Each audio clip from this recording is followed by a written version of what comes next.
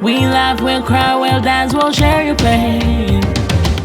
Sometimes it rains, but now it's time to gain. Oh, the Debbion Newman project, hosting conversations throughout the nation.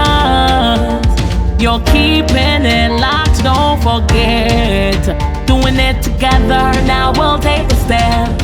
If you watch the show, you'll know everything you need to know. No other can. #1 entertainment show. Subscribe to YouTube so you'll catch it while you're on the go. Where energies flow, building each other, so we gotta grow. Oh, the Debbion Newman project, hosting conversations throughout the nation. You're keeping it locked, don't forget. Doing it together, now we'll take a step. Where's your drink? Voila. Tell me what's in your cup. I have wine with a little ginger. Wait, that's ginger droplets in it. Oh wow, maybe I could try that one day. Yeah. I'm drinking wine and don't ask me the name because I don't know. But just grab it, pour it, and that is it.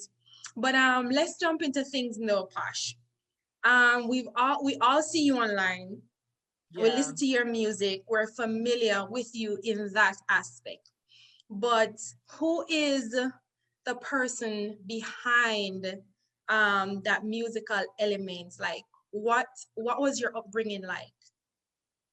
Well, in a nutshell, the person who is not the artist that you see every day, I think, is the clone in somewhat to my stepmom in so many ways. My daily life is different from who I am as an artist, especially as a godmother. So my friends that I am the godmother to, their children will say, oh my God, because sometimes people will judge dancehall artists. Like, I remember, I don't know, out there in the adult space, I do things. So some people can't separate that from the real person. That's why you always see your female artists or just female stars out there always say, this person, is different from this person. It sounds like it's cliche, but it's very true. So for me, in my daily life, I am a person who is about togetherness. I'm always cooking, always have friends over, always feeding, always sharing, and my life is also filled with a lot of godchildren. So I see them often. It's just a vibe for me, to really share that joy there and have that bond. And I think for me, the bond I have with my godchildren is so different. It's the same feeling I think about when I think that I want to adopt children. Because for me, because my biological mom didn't grow me for most of my life, I just always felt that there's a need for me to, raise a child who is less fortunate or who was, never had a chance to grow with their mother, whether it was by choice or not. You understand? So my life on a daily basis is really humble, but the majority it really consists of and revolve around music. But yeah, for the most part, it's just, normal like anybody else, about family, food, just everything that's around us, really. Yeah. All right. So in this response, your mention is mainly of your stepmom. So does this mean you were raised by your stepmother, and where's your biological mom? Yes, I was raised by my dad and my stepmom. My biological mom, she is alive and well. And, we have a relationship today, but for the most part of my life, it was with my dad and his wife. Yeah, so I look on her as a mother figure. I don't look on her as anything less. You understand? Sometimes when I'm talking to a person that knows my situation in terms of the fact that I have a biological mom, but my stepmom is not my real mom, I always tend to say Auntie Marlene. But for her, for everybody else, it's mom, because I grew up and so I have two moms. I'm fortunate enough to have two moms. I mean, more for the part. One mom here and another mom there. Yeah. But what was the reason for you not being raised by your biological mother?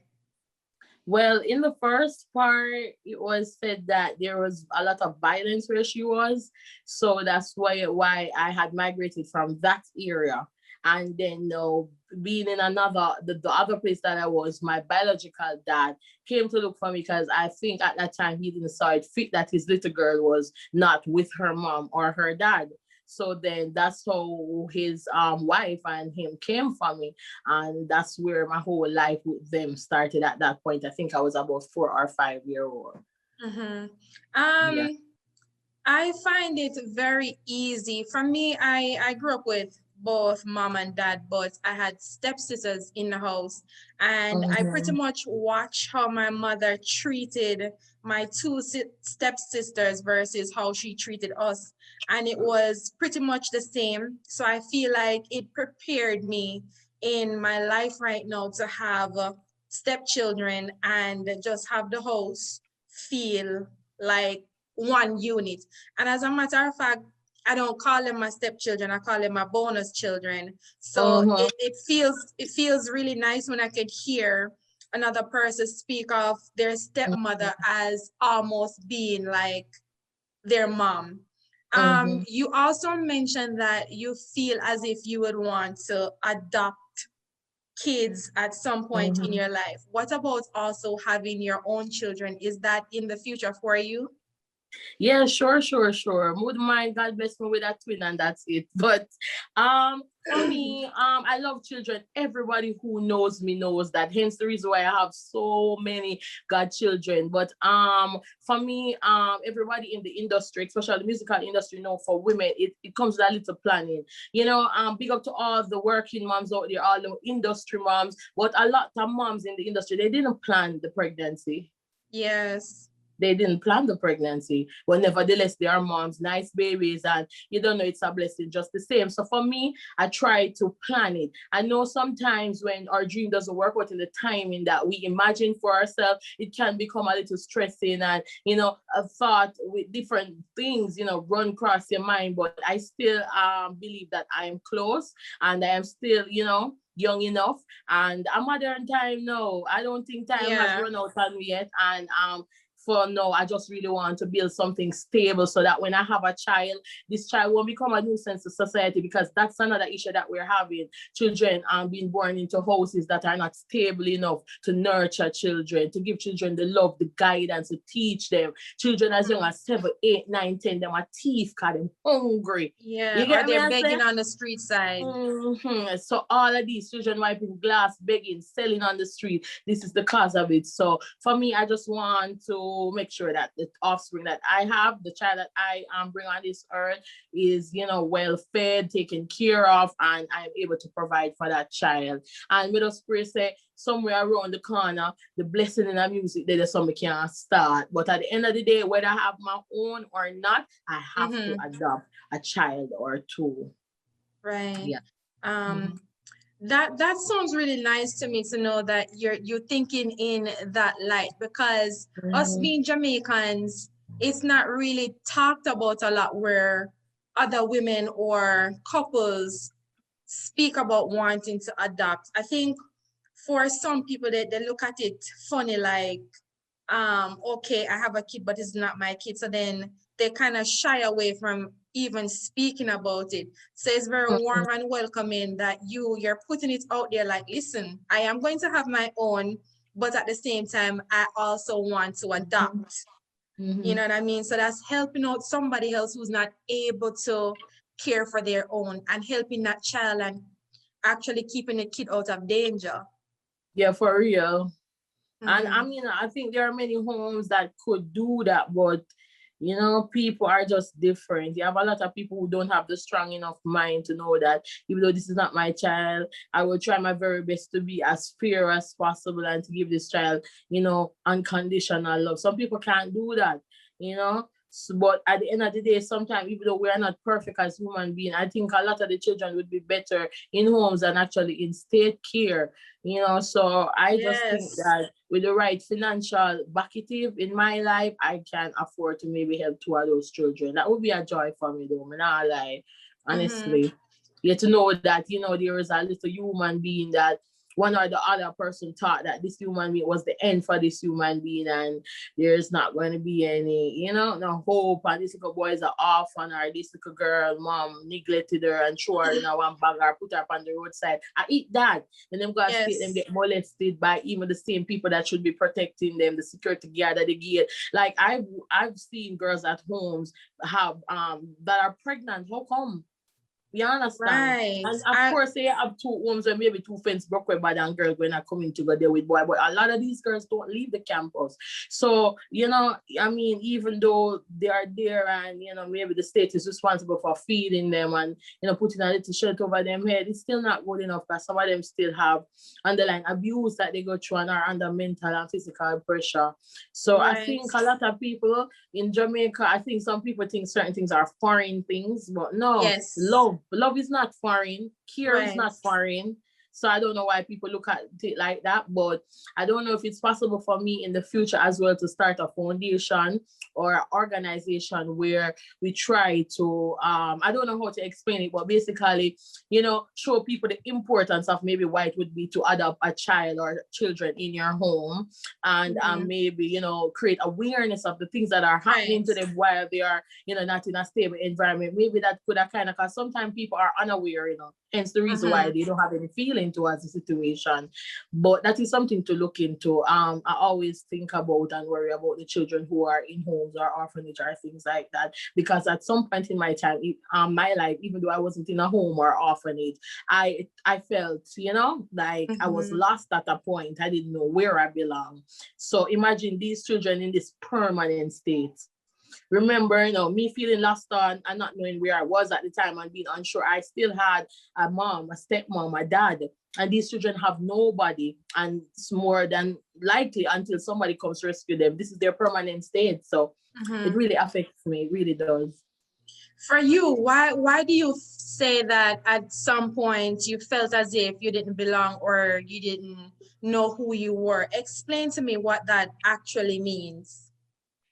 I mean, many things around me, because for my brother, it was normal because he was living in a house with his dad and his mom. I mean, I still felt love. Thinking back, I got love, but, for me, this wasn't my mom and I knew that. You understand? And as a child, you don't know that, and this not being your mom means that this person is going to love you unconditionally just the same. You don't know that. So for me, I was at school and I saw that girls' mom were dropping them off, coming to support them. And, sometimes for me, it was my dad because my stepmom, she also was a teacher. And example, if we're having report day, more than likely Alpha, that's the same thing that's happening at Walmart. So, so her schedule would be like a student too because she's a teacher. And I just felt like I needed and wanted that time. Girls were talking about the experience with their mom, and then moving closer to that, my neighbors, who were girls, I thought that, I saw them with their moms and they had great relationship. And for me, I think my stepmom and my relationship, there was a relationship, but I think it was more stern.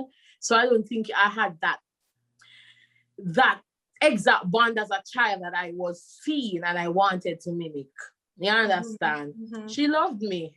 Dead right now, I talk to you, big chat in my face, nothing like that. Yes. But I don't know if it's because I was a kid, I thought that she not being my mom, this was the reason. Maybe she was who she was, but as a child, you don't know that. So you think that's because she is not your mom. This is the reason why.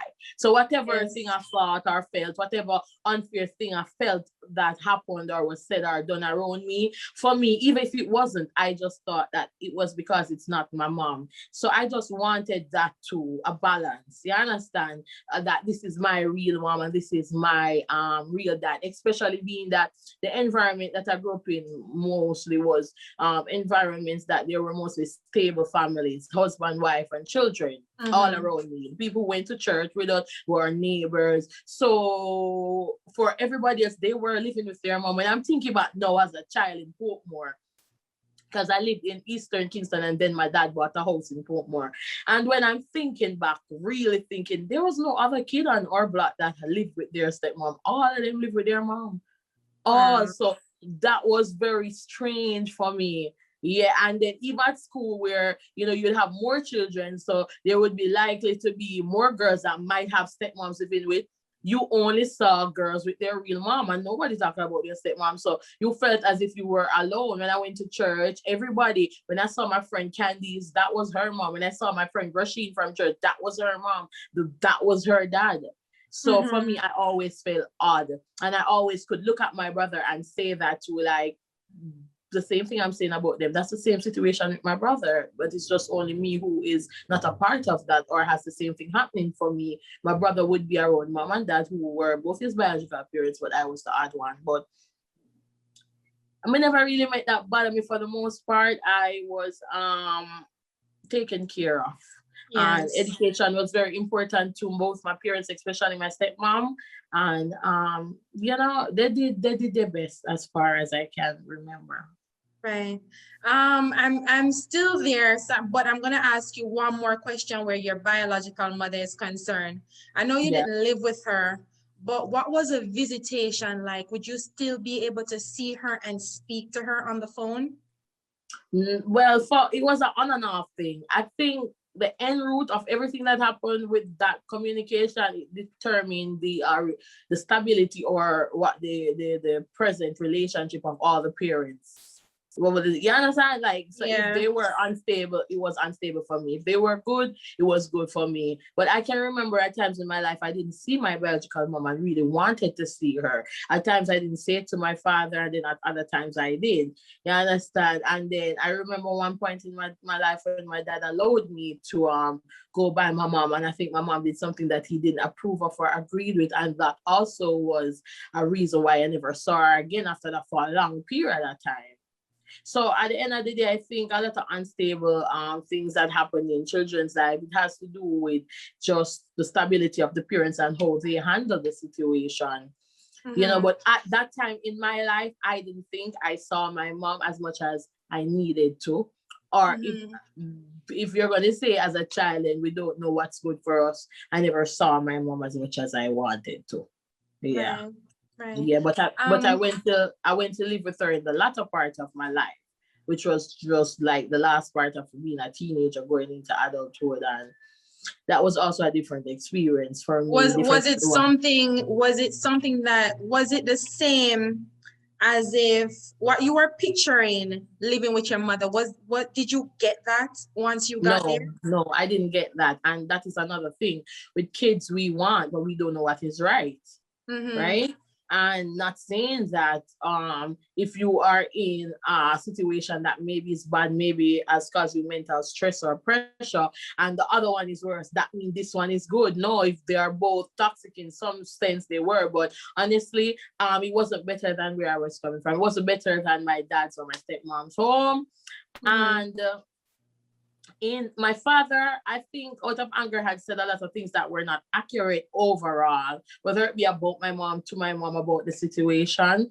But for the most part, in terms of the caring and the nurturing of a young female and what you would like her to become, and it is very imperative that you force up yourself in this young girl life and you have to debug them PP talk when you want Caribbean young girls where can tend to be stubborn and be swayed by peer pressure. So the growing up that I got with my dad and his wife was really more of what was ideal for a young woman, that you would want to have some level of success, some level of class, and a woman who you wouldn't want to become a nuisance to society. You know, so it was a better home in terms of providing and in terms of protecting and sheltering a child from what a child should not be exposed to. In terms of with my parents, I think that what I would say to them, if I could give them advice every time there's a little girl, I would maybe say to them, I think you guys need to find a way how to deal with your problems, because bear in mind, two persons, they're not for perfect, they're not for agree. But with a child that is like the total responsibility, I think that parents are supposed to find ways to come up with amicable ways to co-parent. I think it's very selfish when you fight over the years, and there's so much things that missing from a child life, and children a lot of us tend to have unstable adulthood when we are in an environment that isn't like, them don't know for work or their vision. We tend to become the adults just like them. For the most part, I don't think I'm like that, but I wish that growing up there was a better relationship between the two set of parents that I have, but But everybody is okay now, you know, for the most part. For most things, we have moved past, and you don't know, Right. for any relationship that has always had, you know, that turmoil and that Ups ratchet and something there. yeah. Yes, they're still healing, but for the most part, it has been better than what it has been in the earlier part of my adulthood. Okay, so I heard the message that you would want parents to hear and what they can do to make the environment a little bit better for the children that are in the house. But what Mm-hmm. would your message be to kids out there that might be in a similar situation that you were in, and they're thinking all over the place? Maybe my stepmother don't love me, maybe my stepfather don't love me, that's why them act the way they are, whatever. But you said it. You said that when you're a child, you don't know what's best for you. You understand? But sitting steady in the Mm-hmm. situation right now to that child out there, what would that message be coming from you who have lived that life?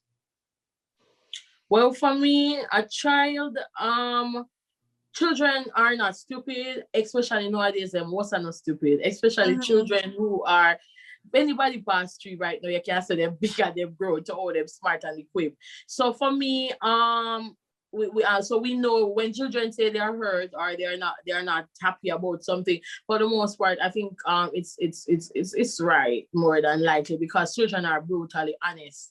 So I can't say a child should listen to your daddy or listen to the parents you live with, because maybe your situation will be like mine. Because a Mm-hmm. child, as I'm saying, really doesn't know how to decipher the bad or the good. They don't know what is bad or good for them. So I would say to any child in a household, whether one parent is, not your biological guardian and the other is, if there's really an issue, and I think you should talk to your guidance counselor in school or any family member that is an adult. Because one thing I can tell you that maybe never allowed me to speak my truth when I was younger, to whether it would be to my stepmom or even go to a guidance counselor, like what I'm telling them, is because of fear. Right. Yeah, I felt that everything that I said was bad and it's going to cause a problem, or it would be because, like, it's just my stepmother and I'm being picky, or vice versa. I don't want nobody to think because it's my stepmom, I am trying to find a problem with it.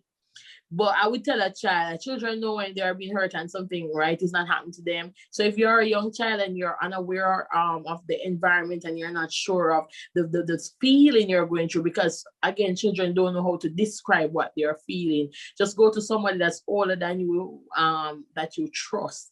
You understand? And if you're, a little older than that young, you have to be wise again. Because as a kid, not because you're young, that doesn't mean you're supposed to be responsible. You know when somebody has do something good for you, as Right. well as when you're just like, oh, you can't complain when somebody has something bad. So if it is that somebody's loving you and giving you book work and helping you and being there for you, just be humble and try to hold it out. Trust me, life is not going to stay at one stage forever. You understand? So you just have to make sure as a child you're doing what a child should do, and that is getting your education. Because bear in mind, if your stepmother or your stepfather is really abusing you and there's no one to turn to, because you have kids out there, it's almost like there's not going to be any help. And it's bad to say that, but there's never going to be help because they're never going to talk to because of fear. And Debbion is never going to know just by looking at them. Right. So just make sure that you work and have a good education so you can help to elevate yourself outside of your current situation. Life is not easy, bear it. But at the end of the day, nothing lasts forever. And I can tell you that. You understand? I've been in situations where I never knew that I would have got to get out. And look at me today here working on my dreams. And even though life is not perfect, every day I am working progress, and I'm proud of that. Right. That is a sense that I get from you. That is why I wanted to have like a different conversation with you versus what I've been doing before. When I listen to a Posh Morris, when I hear you speak, I hear you speak with so much conviction. I hear you speak from experience, and I want our audience to be able to feel that, to hear it coming from someone who have experienced so much in life. You understand? So in Yeah. the case of us being able to change even one person's life, then Mm-hmm. at least we know that would have done our job. Um, Yeah. you know, parents are going to be stern. They're going to have different parenting styles. But one thing is for sure about Posh, Posh can hold her own. So that means in the midst of whatever was happening, there's so Mm-hmm. much that you took from the situation and Yes, you have yes. made yourself better. That's why you're Mm-hmm. able to speak so proud, so strong, and so Yes. bold.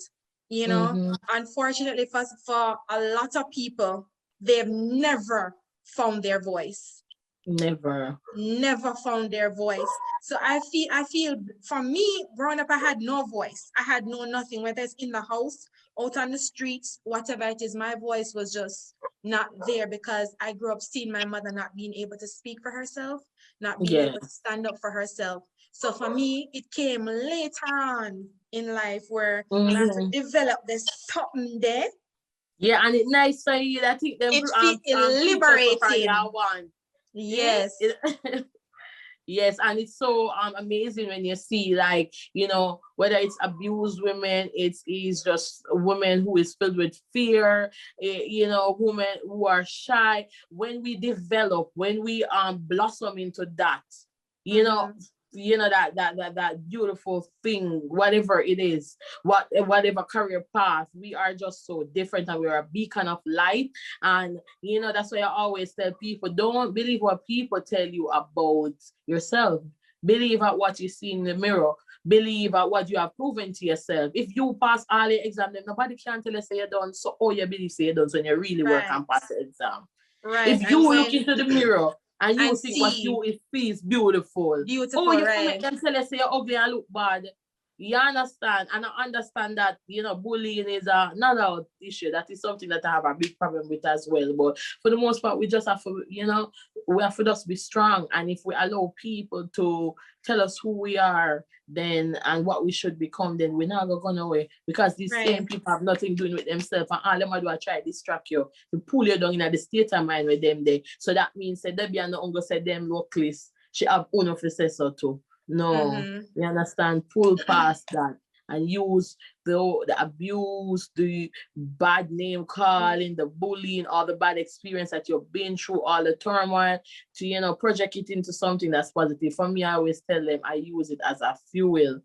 You understand? To propel my engine. When I look out there and say, oh my God, I need to prove this to this person. I need to prove that.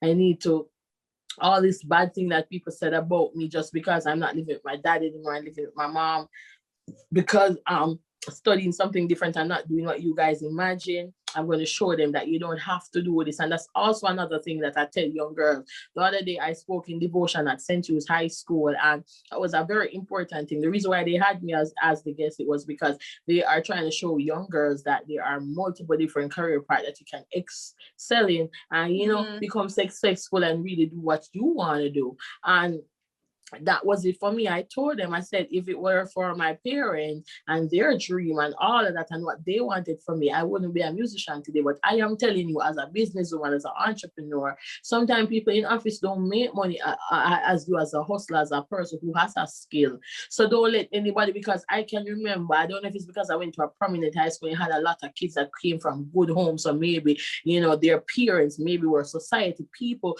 but even jobs, picking jobs seem as if there were classes in.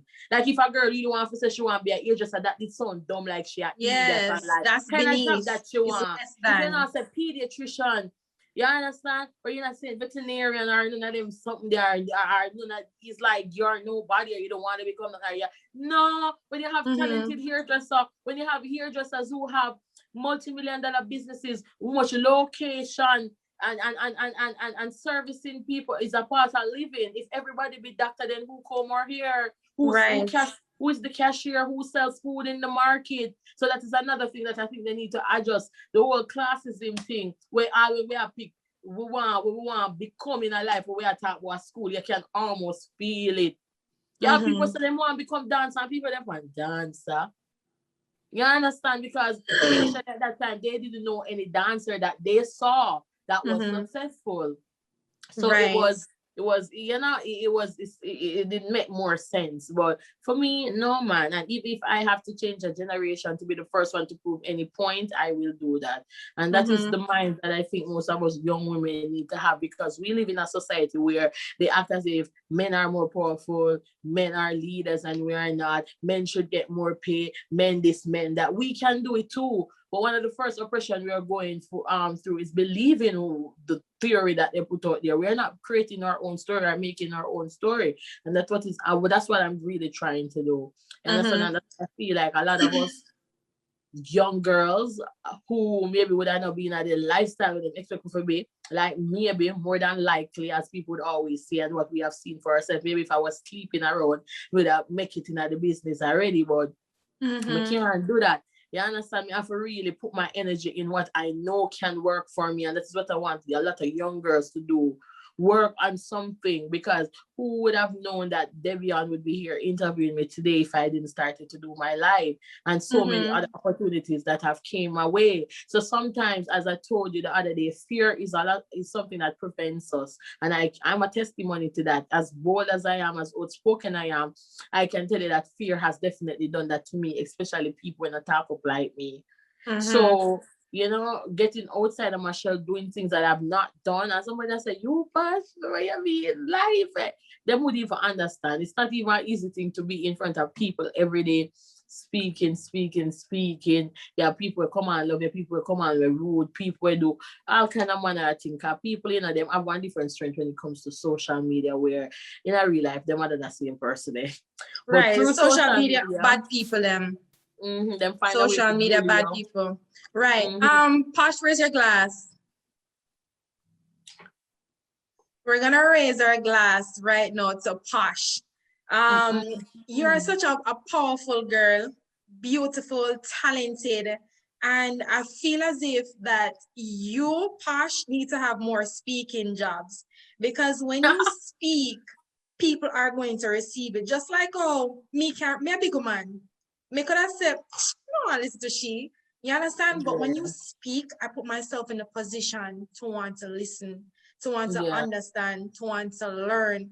And if I can do that, I know that other people out there, they're going to want to hear you more. So we raise our glasses to Posh and the future. The future. Thank you so much. The future. Yes, I claim it in Jesus' name. God knows. Right, right.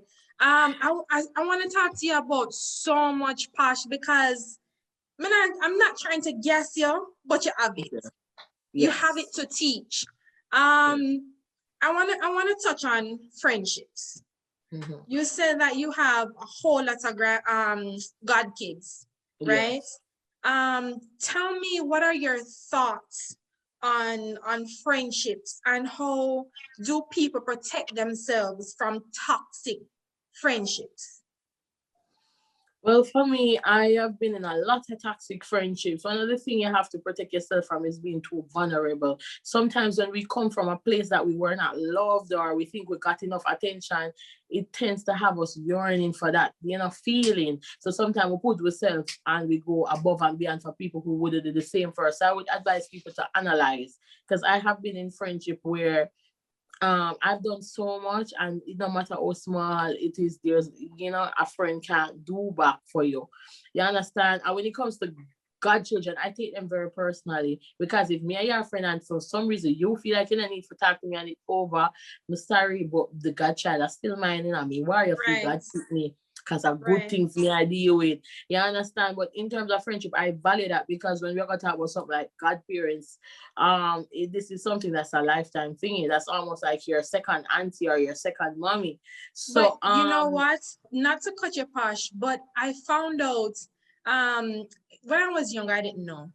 And I just know I have a godmother and I have a godfather, but I found out that being a godparent means in a lot of people's lives that if something were to happen to me and Posh is my kid's godmother, then you in some cases would be in the runnings to become that child's parent. I didn't know. I just thought that godparents was a little and you give your God kids gifts and stuff. I thought it was about gifts. That's what because I even thought. in my godchildren life, I am also financially a part of it. So it's not even just being a girl. I'm financially, and I don't wait for my my friends to tell me what's the problem. If it's my school is coming, I have a lot of godchildren, but I have my favorites too. And I have a godchild, she's so intelligent. And if I see school coming up, I say to the mom, can I buy her bag and shoes? And she say, yeah.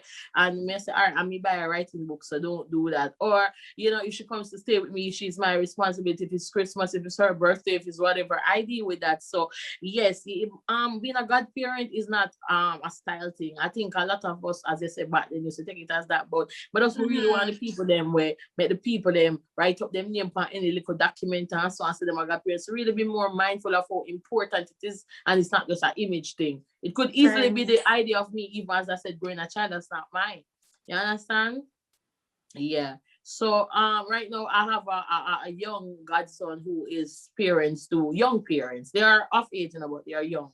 And even just the way him grow opinion in daily life, me have a whole lot to say in that. So you have to just be good people, you have to just share, because I always tell people, and my motto is live so others can live, and I really believe in that. Anybody that tells you about me, one of the first words I think without any boasting back of it is that I'm very kind and selfless. And I think that is very important, because look at me, that has been through such a turmoil growing up, and as an adult to not be in the position to have as much family member, because who I really grew up with, most of them were my step family, and the fact that the relationship is not so perfect, I don't really have them in my life. If it was for the personality that I have, I don't think I could manage, because I've gained a lot of family members who are not really family members. I've gained adopted grandmas. I have a lot of new aunts, new uncle. I'm telling you, and they're my uncle. The only thing that doesn't make us uncle aunt are them my grandparents. So it's the fact that we're not blood,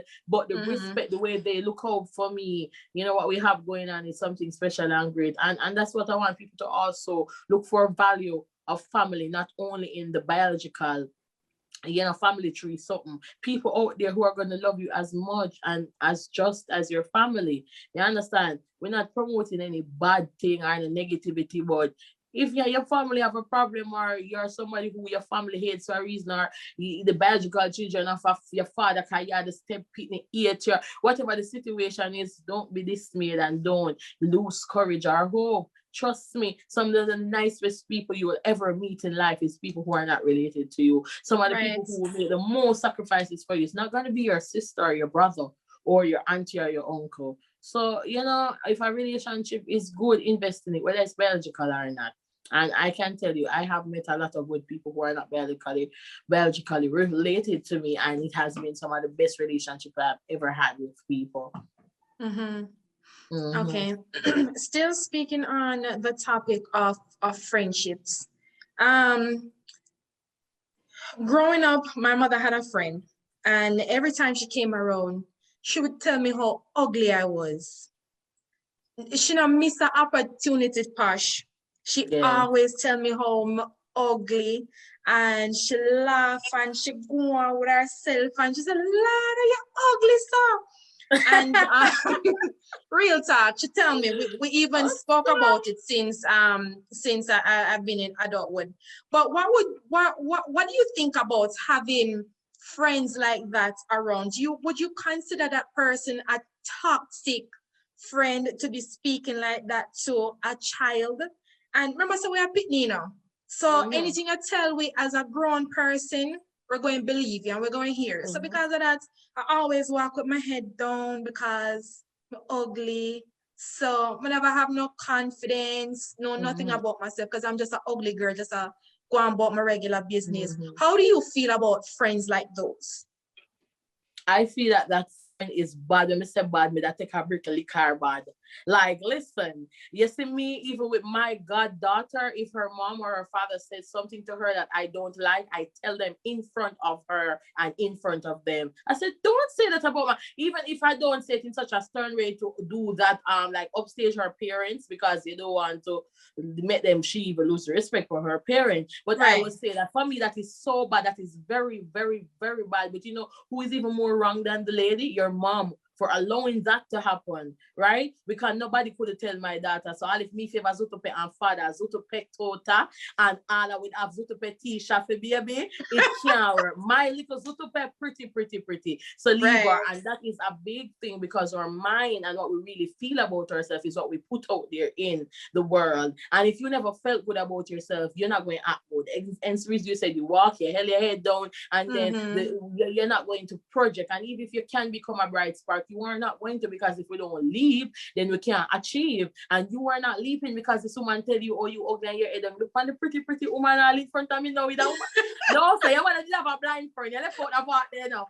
No, man, she done me. She done me. And I'm telling you, I was like, she was a long time friend. So I would say maybe from about 6, 7 thereabout, she would always tell me how ugly I was. And the fact that you're reminding you, there was no reason for you to not believe. As a child, you didn't know that this was a lie. You felt that this was true because she kept repeating it. And your mother should have stood up at one point. But I think, I've seen parents in this situation all the time, whether it be family members or other people bullying their child or saying things they shouldn't. You're afraid because and them think you take it personal, or you're not trying to vex with them. You have to go vex with me, because the well-being of my child comes first. More important. Also the child's mental health. You understand? So that couldn't right. I don't agree with it. None at all. And that's very, very wrong. And that was bullying her. Even if she thought that it was comic, it was very bad. Yeah, it was very bad. So I wouldn't implore anybody to do that. And I would say to anybody, whether you're a parent or you're a sibling of, or you're just somebody, if you see somebody bullying somebody, you talk to them. Because my sister of my biological mom, right? The other day I went and I looked for them, right? And she was saying that 2 of her friends were not talking to her. And they know me well to unlike me, so they always call to me and I said, come here in a sound, I wanted to talk to you. So she come to me and she said, yes, Patrice. I'm like, what is happening with you and her? And she said, nothing. I said, no, man, something all right, because the children know always a par. And right now she's saying you guys not talking to her. And when you have a 3 of friendship and 2 are vexed with one, it's just an odd thing. So I said, listen to me, I don't want to not bully her, because that is not the way to go. And if it were the other way around and I thought that my sister was bullying you, I would have said the same thing. So I don't want it to be like that. And the friend ended up told me a story that wasn't the one that my sister told me. And when I heard the 2 stories, I ended up thinking that my sister was even more wrong than the girl. And I called my little sister and spoke about it and told them how best I think they should, look at the situation, how they can resolve it if they don't want to. That I feel them business, but in real life, because even one of the time, my little sister, I think she was upset because she thought that as her sister, I shouldn't be saying or doing what I'm doing. So I'm like, no, if you want to become a fair, honest person in life, the people around you have to teach you how to do that. And I'm not just going to come here and buy out a situation. This is not life and death. This is not they're saying who's supposed to get the last pump of oxygen. Of course, I'm going to pick my sister, but this is not that. This is you telling you that you're wrong when you're wrong and what you're doing is not right. And remember, you brought it to my attention that they were dealing with you unfairly. But when I found out the situation, it was more on your part than theirs. Now, they have both become that little something where none of them should be doing to each other. But it was more of my sister's fault first. So that is the other problem. We don't tell the people around us the truth. You can't afraid of nobody. I have to let my sister know that that is not the way to treat people. And if you say you have a friend, this is the way you show loyalty, and you cannot expect things that you don't give. So it's the same way I think that your mom should have said to her friend, maybe I know she wouldn't want to hurt her friend feelings, but you should have let her know not to do it. You understand? Yeah. Because you actually took that serious, and a lot of people in life do that too. A lot of people. I mean, there was no other way for me to take it. Like, I'm a kid. You're an adult. I'm gonna take it as gospel because the big woman has said it. You understand? And then remember I told you the place that my mother is coming from, she's not a verbal lady. So then she didn't know how to stand up for herself. So she didn't know how to stand up for me. You understand? So that's where that was coming from. Yeah, because when you rehearse, when you're well rehearsed and quiet, you don't matter for your friend, you don't even know if you tell your friend something, Right. Yeah, trust me. And then she's bringing it off in a comical way, like this is so funny. But what was funny to you was detrimental to me because it had me holding my head down for a very long time. It had me believing that I was this monstrous person, but very ugly. So Debbie, you know, say you're pretty. All right, good talk. No, you know, say you're pretty. Let Mr. us Summer say a Pretty, nice. the thing is, Mr. Oh, Summer Pretty and and it's nice, so nice. messed up, No. because what an adult can recognize or realize, a child doesn't.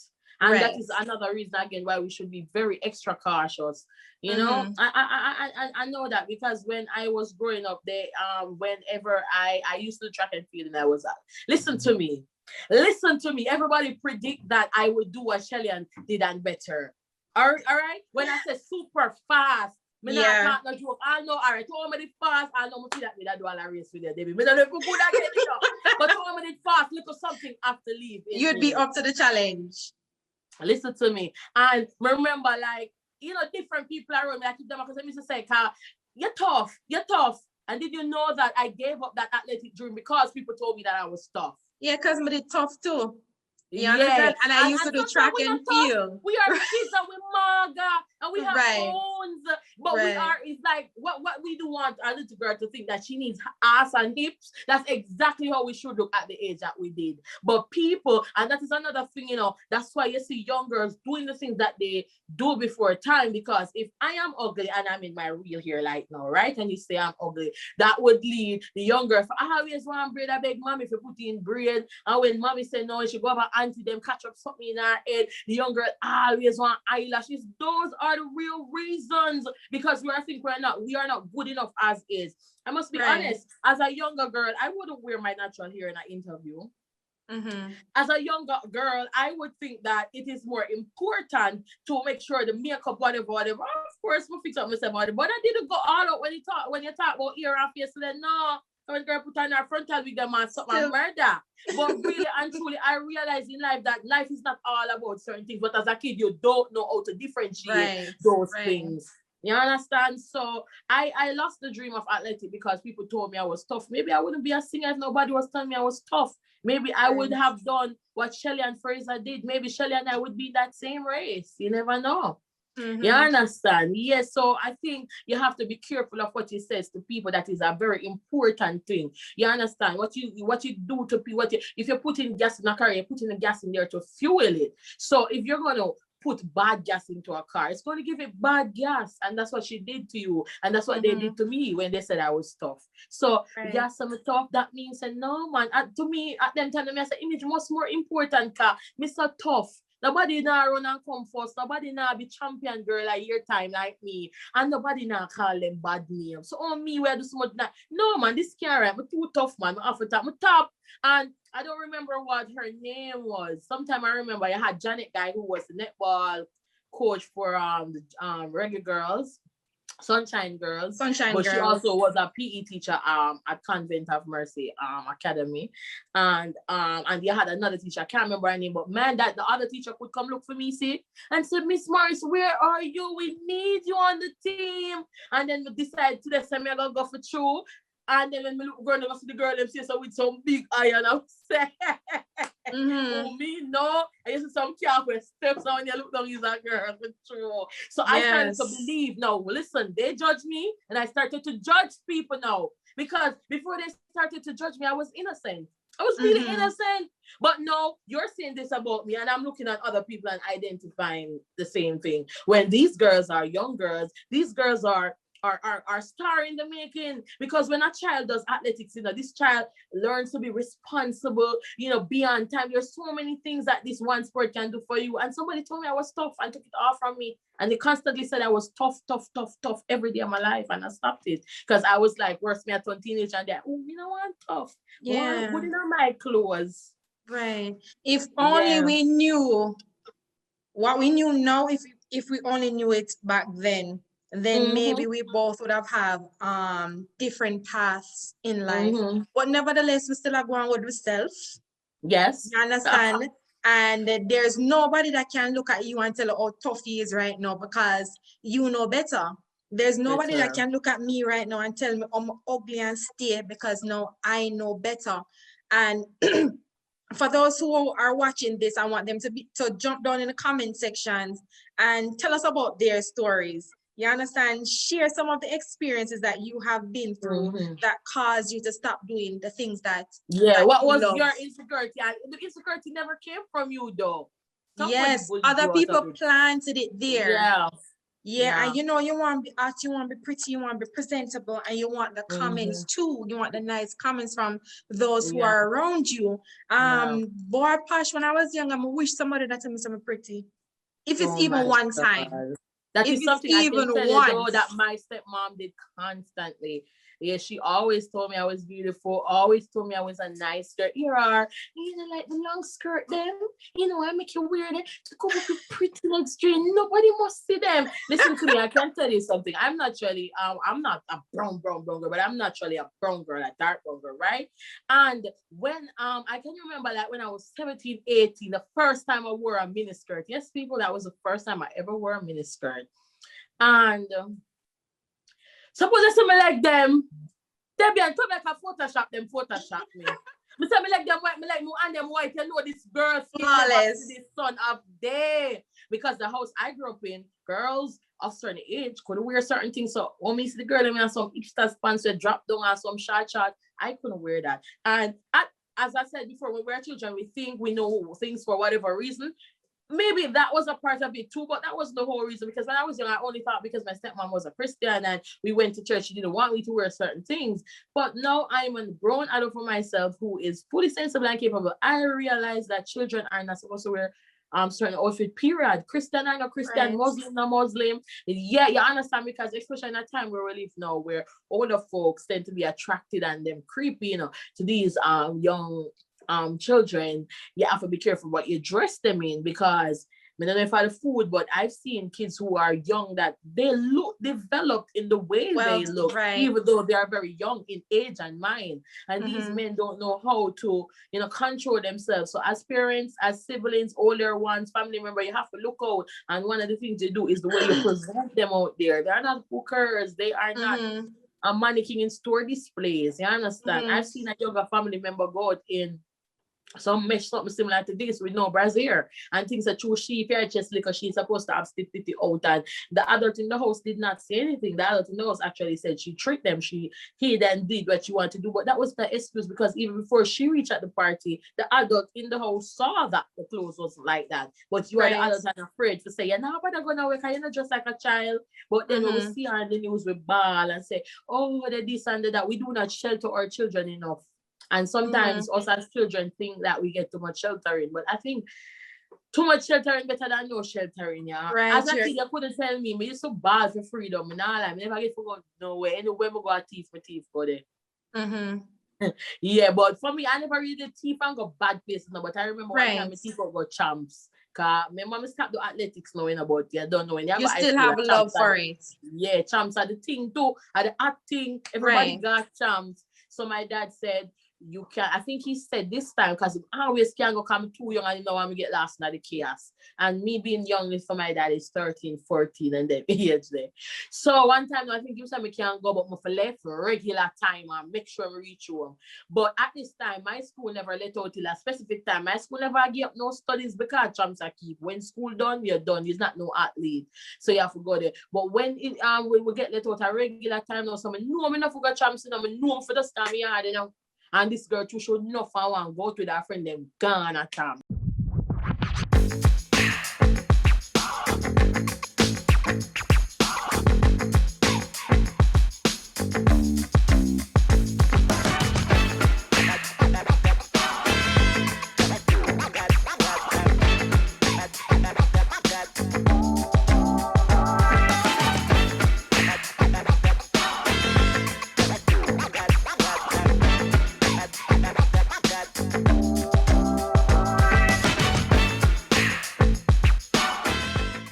Them kind of trouble in me dig still, which was still around. So hold on, you got caught? Did you got caught or you got away with it? We get catch where you say, Woody got in a champs and I know when to come out. She just in there, so every time, am I ready? No, we're ready. One more minute, one more. But you see when I'm telling you, Debbion, I'm not exaggerate. I think my left chance maybe when done, and you know that about after 9. You see when you got the Portmore bus up, you can't get nothing for God Portmore. I say I want JCC, man. Sorry for the Portmore people. Them and say my carry them and the whole of we pack like sardine. I must say after 11, we step off of the bus. So when me I go home, I want next camera, so I'm walking in and I'm dead now, you know. Oh my God. We'll go over there, hear me. Daddy, My father, nah, look out there. But my father that never answered. My father made me stay out there long. But remember, don't forget Opal. She was a manager, Hilo, I think at the time. She was also my neighbor. And she was like, Jay, what you doing outside? I said, Daddy, lock me up. I can't go jobs. But now I said, I'm disobedient, you know. And you was supposed to be was there. That kind of uptown girl. Opal never really agree with no pitney I get scolding, and to Opal maybe this look all inhumane, but she outside of us there she's a young girl. And me hear my husband are ringing there, and we know Opal come and hear my father answer. I say something, my father still wait a little more, but him come for me. Father says, see, next time you're going to pack up your things and go live at Champs. But at the time, I mean, I want to know. I had a lot of fun and it was good and everything, but children, that's all we think about, your fun. My father was looking at more how they were taking away young girls even from them time, what could have happened to me coming home at a late hour, me not making the right judgment if certain situation reach upon me. Yeah, and the reality is when you're part with your same friend, they might make you stray. When the problem them run left you're gone, you know? Yes. That's just to know, no one is defending you. They're defending themselves. So when you get Exactly. into trouble, they're gone. Exactly. I know at the time, you know, things were bad in terms of crime and getting kidnapped and stuff like that. But it's even worse now. So nobody thief out and go Champs and go to after school jam. None of and that. things None like of that. People listen You don't to me. do that. Don't follow me. I one time Posh Morris ever do that, and that wasn't a good idea. Girl nearly live outside. That's not good. That's not Girl good. nearly live at Champs. Yeah, I always tell my little sister, I said, these parties, these tramps that you think you have to go to, you have to be careful. And these sneaking out, especially, that's the bad thing. Because when you sneak out, when mommy are calling, not answer. And sometimes you're just about to step into danger. And if she had even heard your voice and know where you have been, that would maybe make a different, scenario. But because we're bad with thief out, we have to, but you can't do and none of that. It's not even so much about being bad. It's just, you know that your friends experiencing it. You know that this is an in thing, curiosity. So you want to try it as well. Posh, let's jump into something that you revealed on your live a few days ago. You revealed that you had an issue where you woke up and you were unable to walk, like you were crippled. Explain to us what happened that caused you to be in that situation.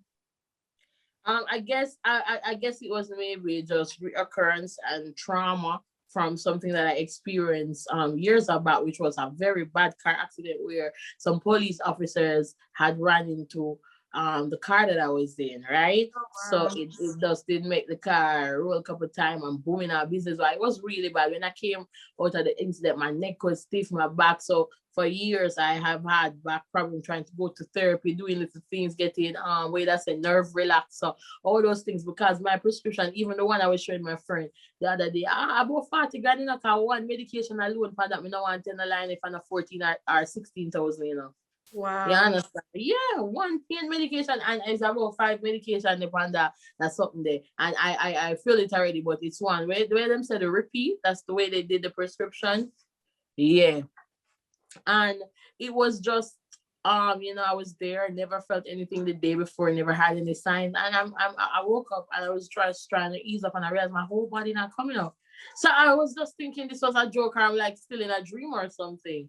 And I attempted again. I was like, no, so I screamed out my boyfriend's name and then he came. I was like, what's wrong? I was like, I can't move, I can't walk. And he tried to lift me and he realized that. And when I went to the doctor, it was just some issues with my back based on the incident. And they basically feel like some holy thing are going around they will need to sort out because it just did, I don't know, it just put a whole lot of strain on me.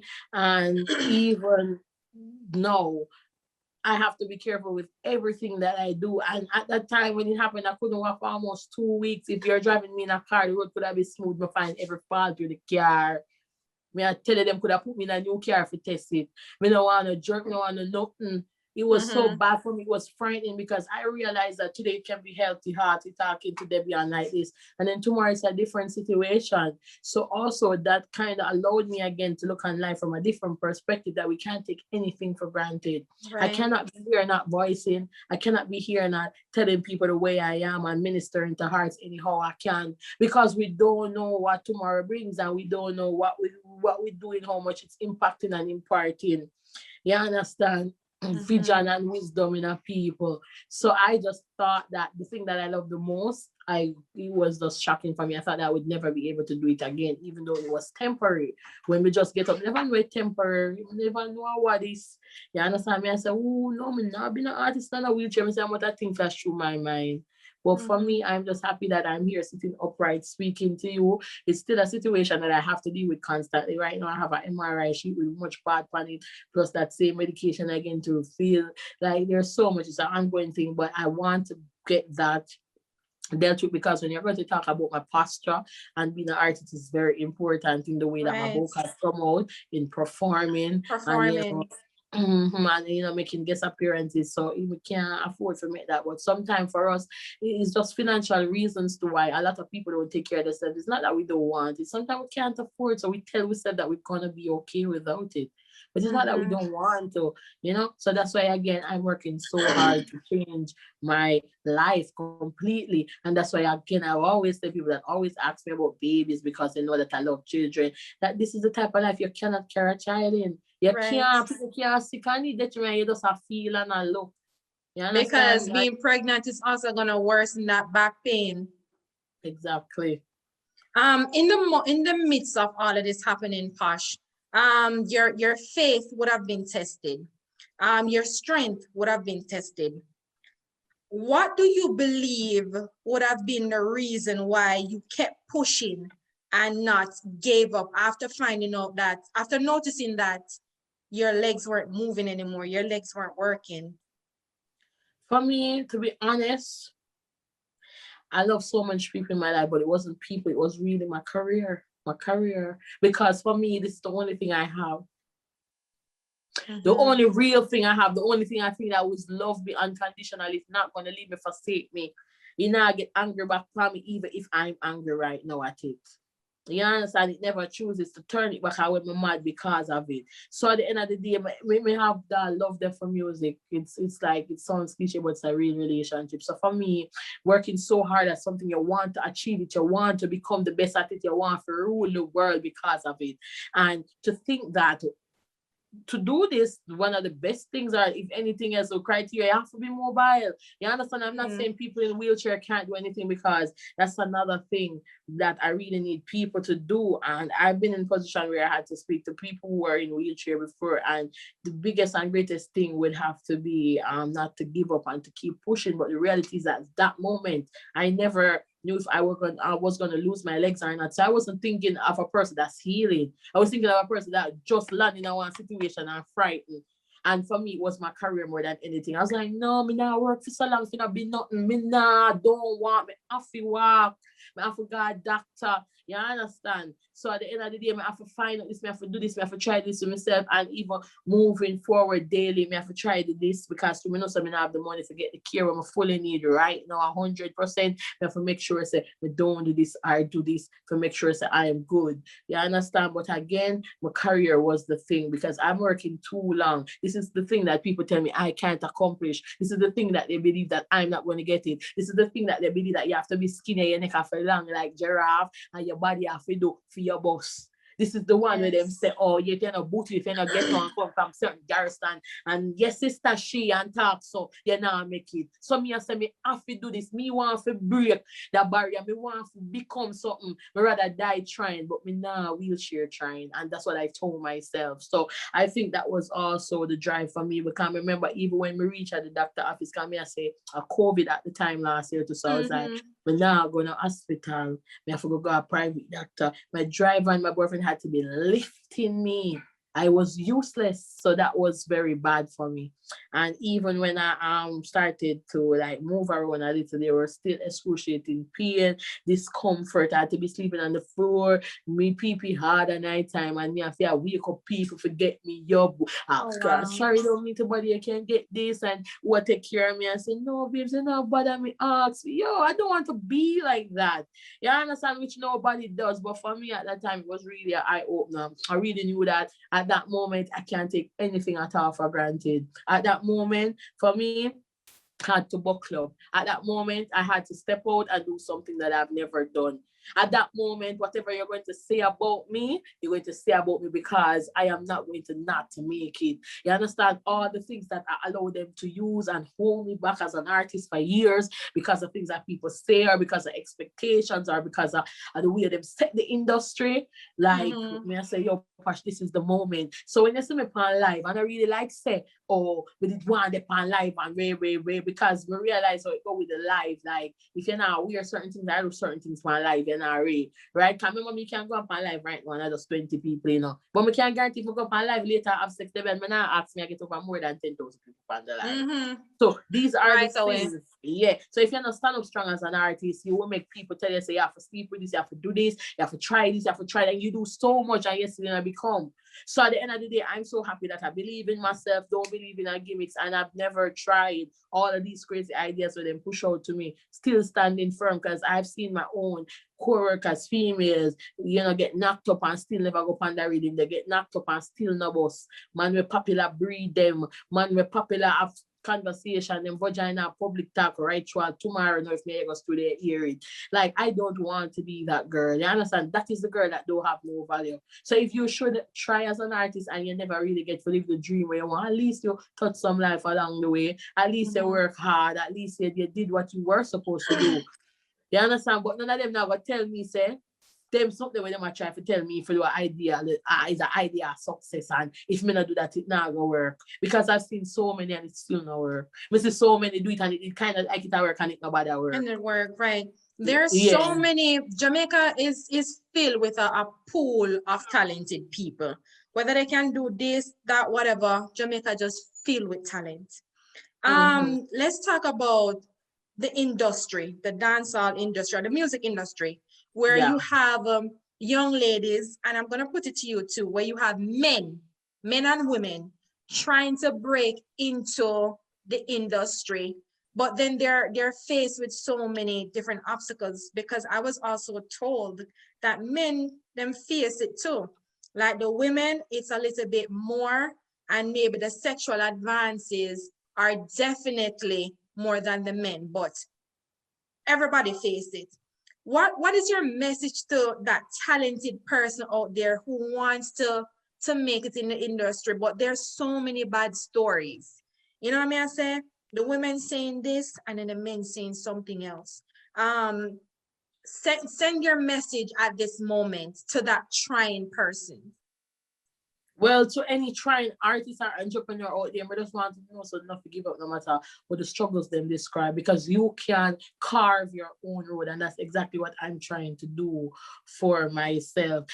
What I can tell you that I did, if I should tell you so far in my journey, what my exact formula is learn the business. That's one of it. And the second thing is invest after you learn. So they were nice. I did without dinner just because I'm going to buy equipment that's out of my league, my money range in terms of my income when I make when me have as a young girl. But I did it because I know that this would, fix a situation for 5 or 10 years. So I built my own studio. You understand? And I also have my own production company where we shoot videos for other people and do all of them someday. And we do flyers, we do animation, cartoon stuff, so many other things. So what I did was, that's what I was wondering. I was like, how Posh turned herself into cartoons so many times? Like, who do you have working for you? But now I understand you're saying that you have a team that does that for you. So this my little company that Franco and I put together. So it wasn't easy, guys. Don't forget to become a member. One time I live at Spanish Town and I be a mango tree over there, Be a mango tree. I'm myself with full of mango tree. I want the mango name the long curl sexy one day. Not the Julia, the East Indian. Yeah. Yes. I mean, I tell you, say, it don't mean for someone disgusting, but when we go to bathroom, it was East Indian. If my belch, it was East Indian. We're not talking to your darling there. It's me and East Indian. And I did that while I had money in my drawer, while I had money in the bank. I was doing that because I needed this equipment at the age of 21, 22, 23. And it was 2,000 US out of marriage, 4,000 US in order to get those things they had to save. For me, there was no other way to get it. I had a business. I never had any service that was 200,000 at that time. But doing services eventually got carried to the free, and that was because you have to be disciplined. So you often know, say, listen, every time you go for the studio, them tell the studio time, you know, have it. If you not have studio time, you have to do this and that to get. If you not have to do this and that, maybe you have to bleach and a man overlook you every day like you're big and SOB. To avoid all of those things, this is what I did, because when I went to other people's studio, I realized what you have to go through to get a blind. When I have Franco around me who went to engineering school, who knows to do his thing, I over here with a dream. Bear in mind, when Franco met me, he meet me, with me have much different Canon picture and lens in my phone, and I must say, what is the name of Canon? When I was younger, my dad used to work with them. I work with Kodak. Somebody was always obsessed with all them bit. But when we on YouTube, we see the guys, I do this and do that. And bear in mind, I wasn't like that tech at the time. Franco was, but him never really appreciated that because Franco was working on the radio station overseas and in their play a sound. So that wasn't his thing. But coming to Jamaica with the dream that I had and the fact that it was parallel to his, we just join forces and make it happen. So I'm going to tell you to invest in yourself. Yeah, the people that were rating have $10 million because a man with $10 million, if him not rate him, not spend it. So create your own little team. Even if it's two of us, I was telling Jason, it's two of us and everybody else is external. So if I need grips on this shoot, then I will hire two people for come big grips, so move around the light, plug in the machine, lift up whatever. But I'm here and Franco, and of course, we're not selfish, but we can't afford to pay a staff right now. But as the things start get up, we will want somebody else who can fit the place of Franco, a young to come bill and whatever, to somebody else who can do graphic, somebody else who is a dancer, somebody else has this, somebody else has that, and create employment for people. But right now, the best I can say, especially in an era like this where you have COVID, in another era like this where it's a social era where everything is on YouTube. I'm not telling you to go around a man like Franco who has studied and really knows, but if you can't afford it, what you gonna do? Don't be nobody floor mat. Research your little thing, them get your little one mic and your little computer, lock up in your closet. Listen to me, my first bicycle box was a fridge box. That's enough to know. When I buy the fridge, it's taller than me, so we throw something over the top. And me no bother cut no door because we don't want no ear leak out, no little space. Wait. Me not think me understand what you say, Posh. You said a fridge box, yeah. You record it inside the fridge. Yeah, because we could have cut it at the corner, but we don't do that. We make sure so we take off the bottom part and lift it over. So that means that when me want to go over, it was on the cord, but the cord flat, so that I like a minimal ease up off of the ground. But my mic under there, me not breathe, I'm not rotted.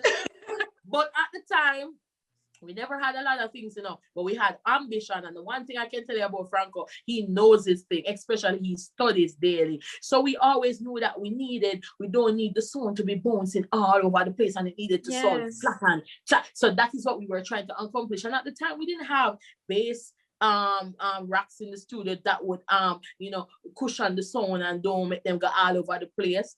You understand? Even this right here, so I would be hands will build it with. You understand? Because it is a base strat. So you go on the internet and you YouTube your thing and you find it. And find out how to do the things and what you can do. A lot of things. Right now, my table will make me equipment them the pan. I build from scratch with hand. Yes, because my brother is a very genius person in construction, and him just happened for the scare be saw sitting, drill, nail, kind of something. So we build a table because we go on YouTube, we come out when people do DIY project. Right. Only thing that limits us today is our mind. Yes, finance is an issue. That's an issue for me too. That's an issue for everybody who has not become successful yet. But what are you going to do until that time? Because there's nobody that's going to hold us in our collar and drop us into money, or drop us into no good life. So what do you do until that time? And even though Posh has been doing it for so long, me not give up. Give up. Because I've seen so many people, as I said before, take shortcuts, and we are here today. Right.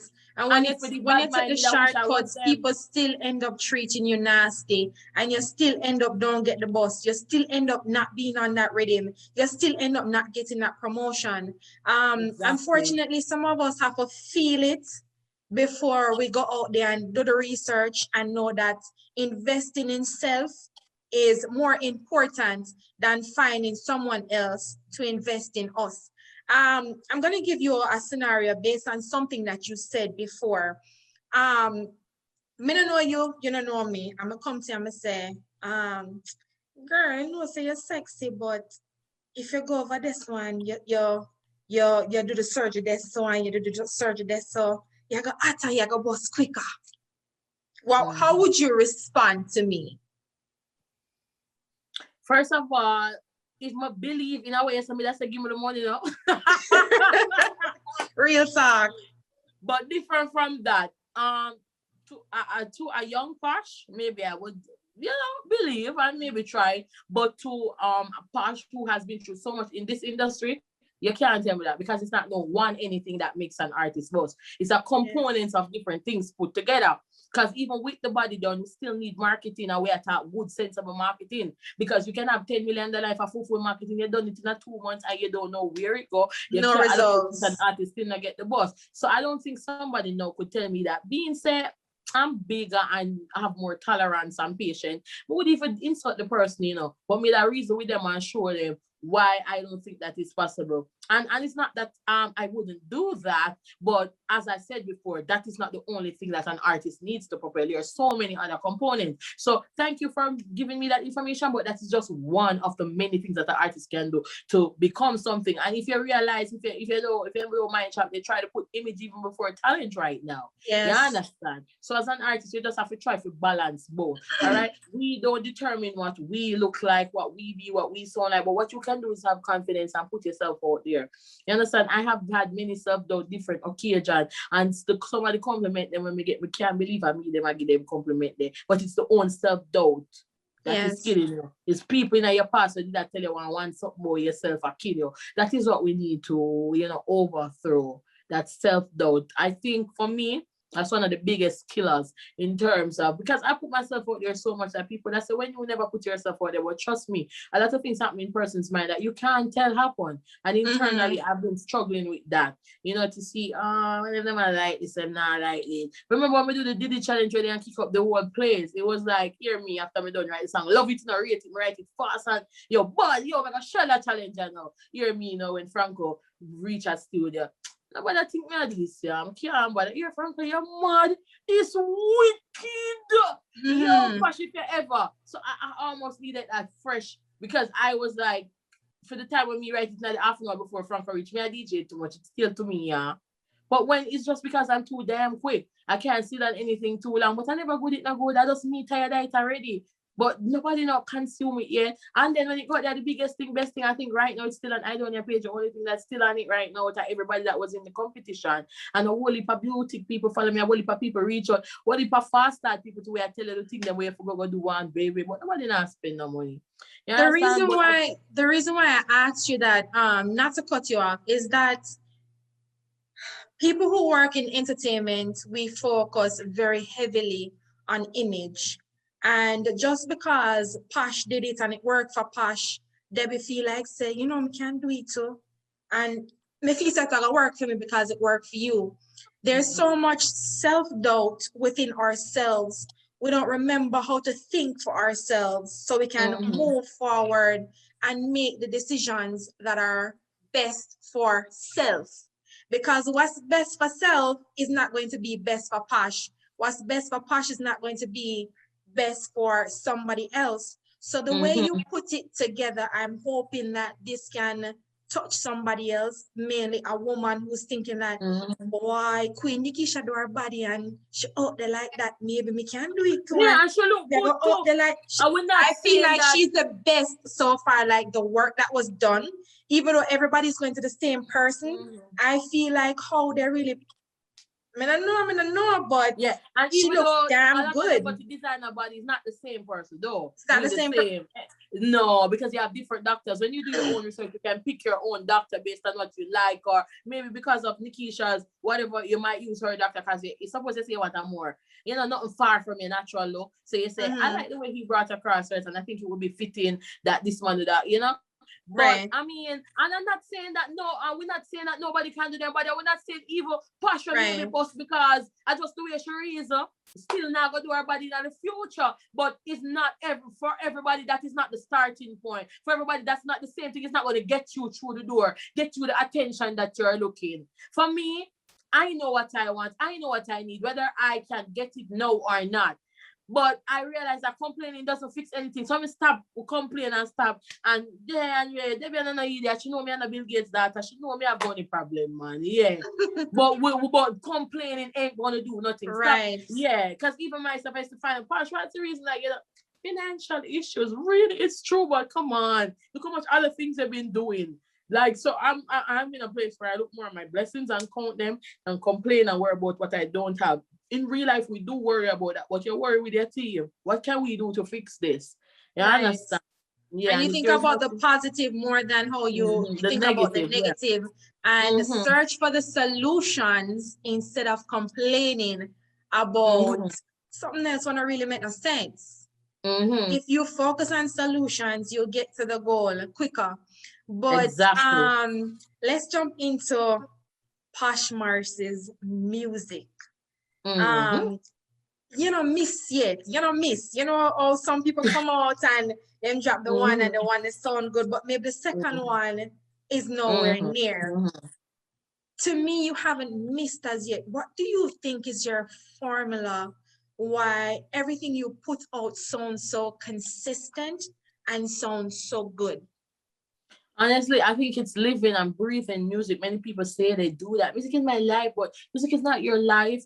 Because every time, every second of the day, music me I do. As me don't do that interview, I'm music again. Music is my life. So if I'm not hired in the production aspect, as the artist of the music. And I think you have to do that. Sometimes we will say that we want to become the best at this, but we don't give it our all. And you have to realize that you have to just do your best and you have to stay rehearsed. So for me, I think I stay rehearsed. Like I'm always doing music. Me and the girl where you beg for shut up. Me and the girl when neighbor say, environment nice. Yeah, me I sing my song. Another key fun fact about me is that I don't know songs. Other songs. I don't know songs. Like if you ask me to sing Ariana now, I know 1 and 2 of the word are the punchline with it parts of it, but I don't know any one song in real life now. If I should maybe know any, it would be a gospel.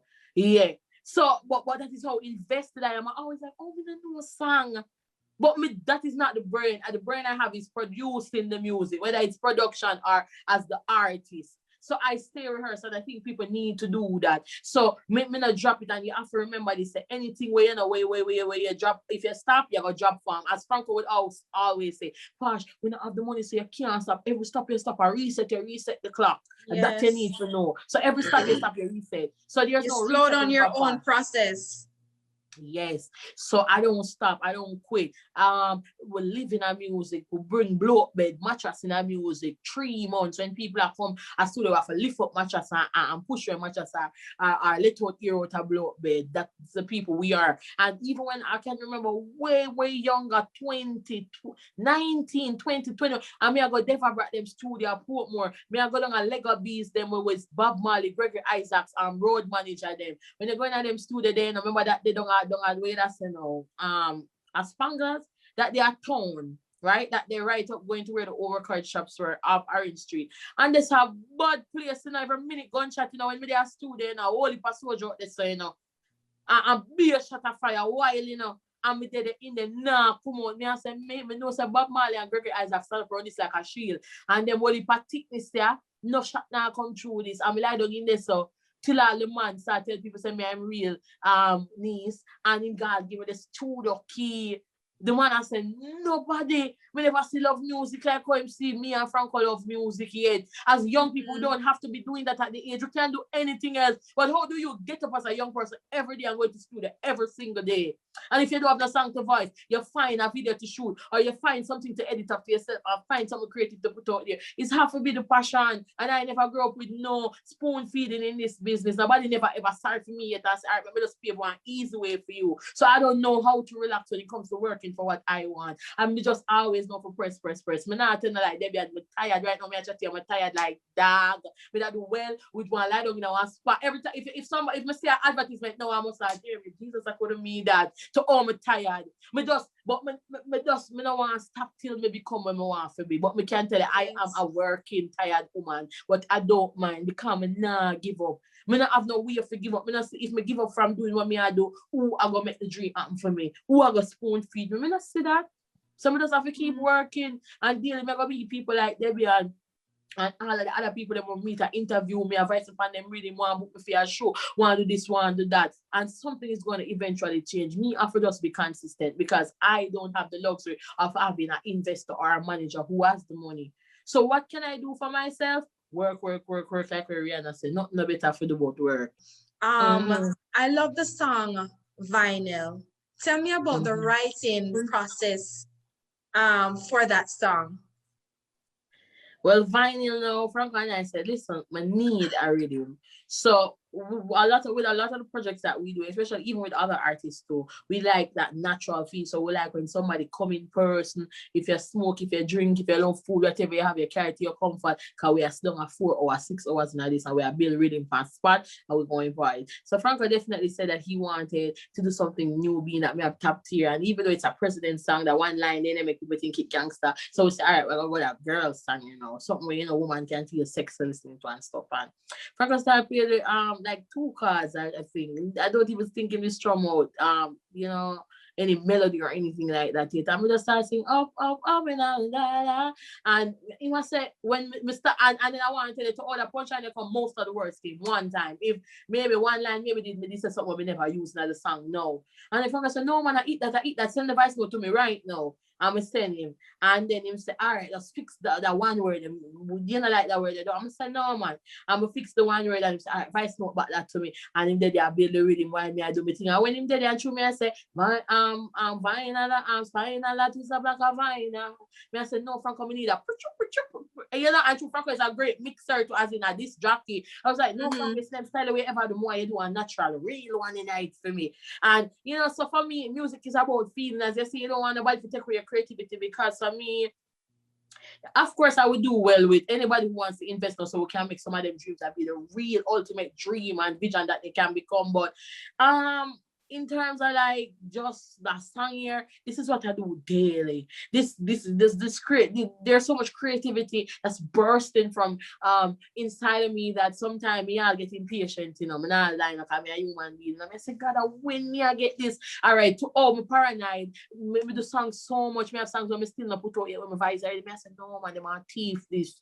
No man, every minute me see somebody I shave off of me thing like them a barber, cause daily all that me get daily, And no things when I've been do, me see people just I do. I mean, I look for it. Me see people love crap people and crap, me not depend them something there. But from your working artist with a working mind, enough things you're going to do too.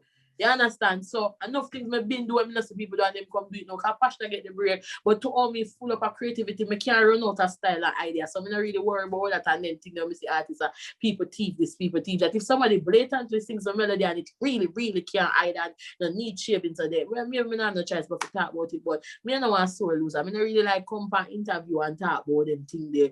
And when so much other good things are happening for me when me can highlight. What do you think is that one thing, or what do you think is a formula that sets you apart from other female artists?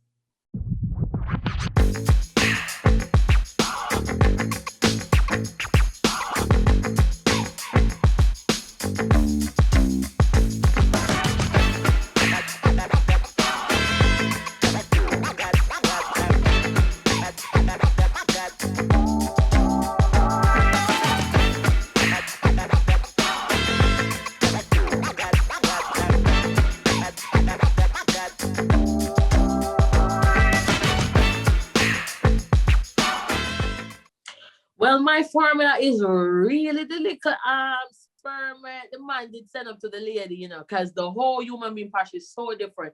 I am so different. People have compared me to people before. People compare me to Miss Kitty. People compare me to Stefan Don. People compare me to so much people.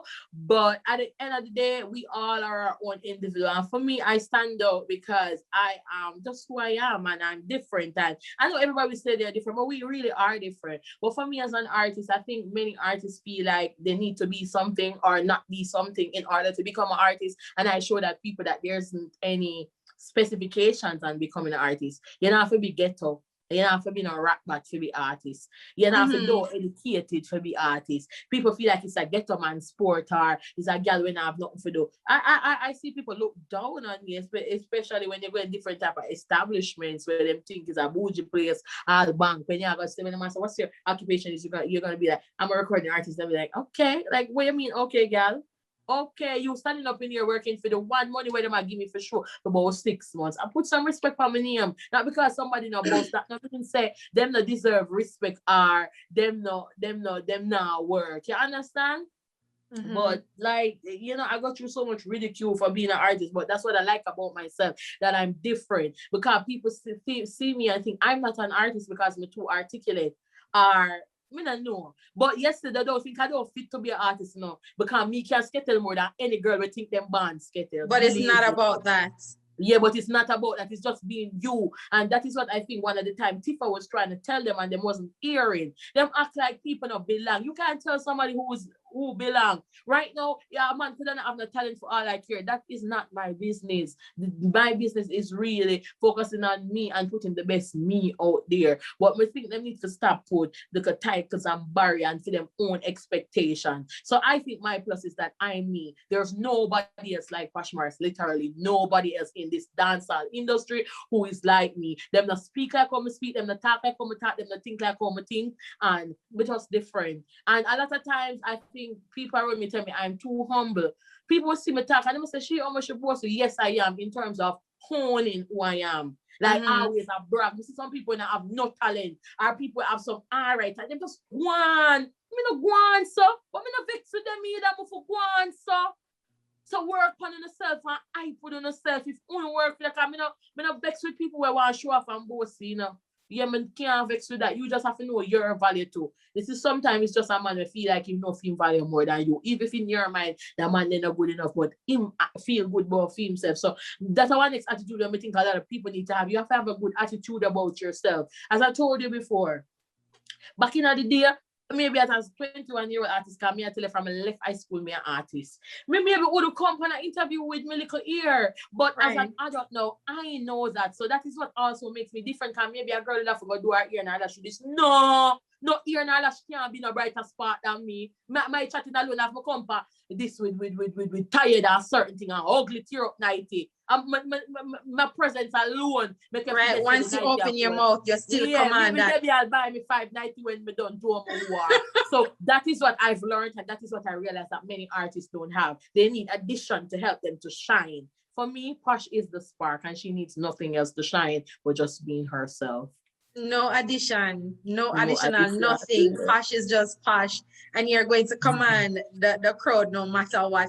I respect that because remember, I'm telling myself that this is what I see. I see the talented woman, I see the strong woman, I see the pretty woman. I see so much in you, and I can only see things getting better and better for Posh Morris. You have a song where you speak about bad mind.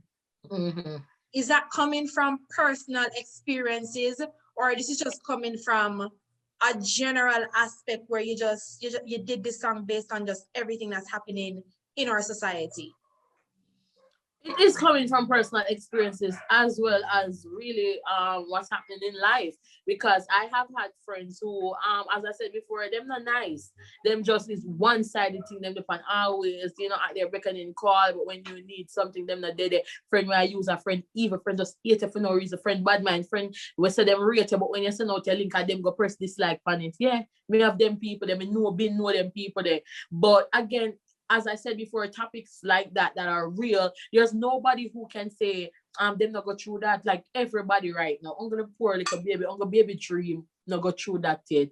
But me say from a kindergarten school, then start somebody bad mind them and I take set on them. So this is just real, and I just think that this would penetrate the hearts and the ears of just everybody all over, because this is a real situation, and I've seen this happen so much times. And we just I just tell people for why support me. Yeah, look out, stop being the bearer for people who are not doing it for you. Stop putting your sweat, blood, and tears out there for people. Invest in a Debbie, she invest in a you.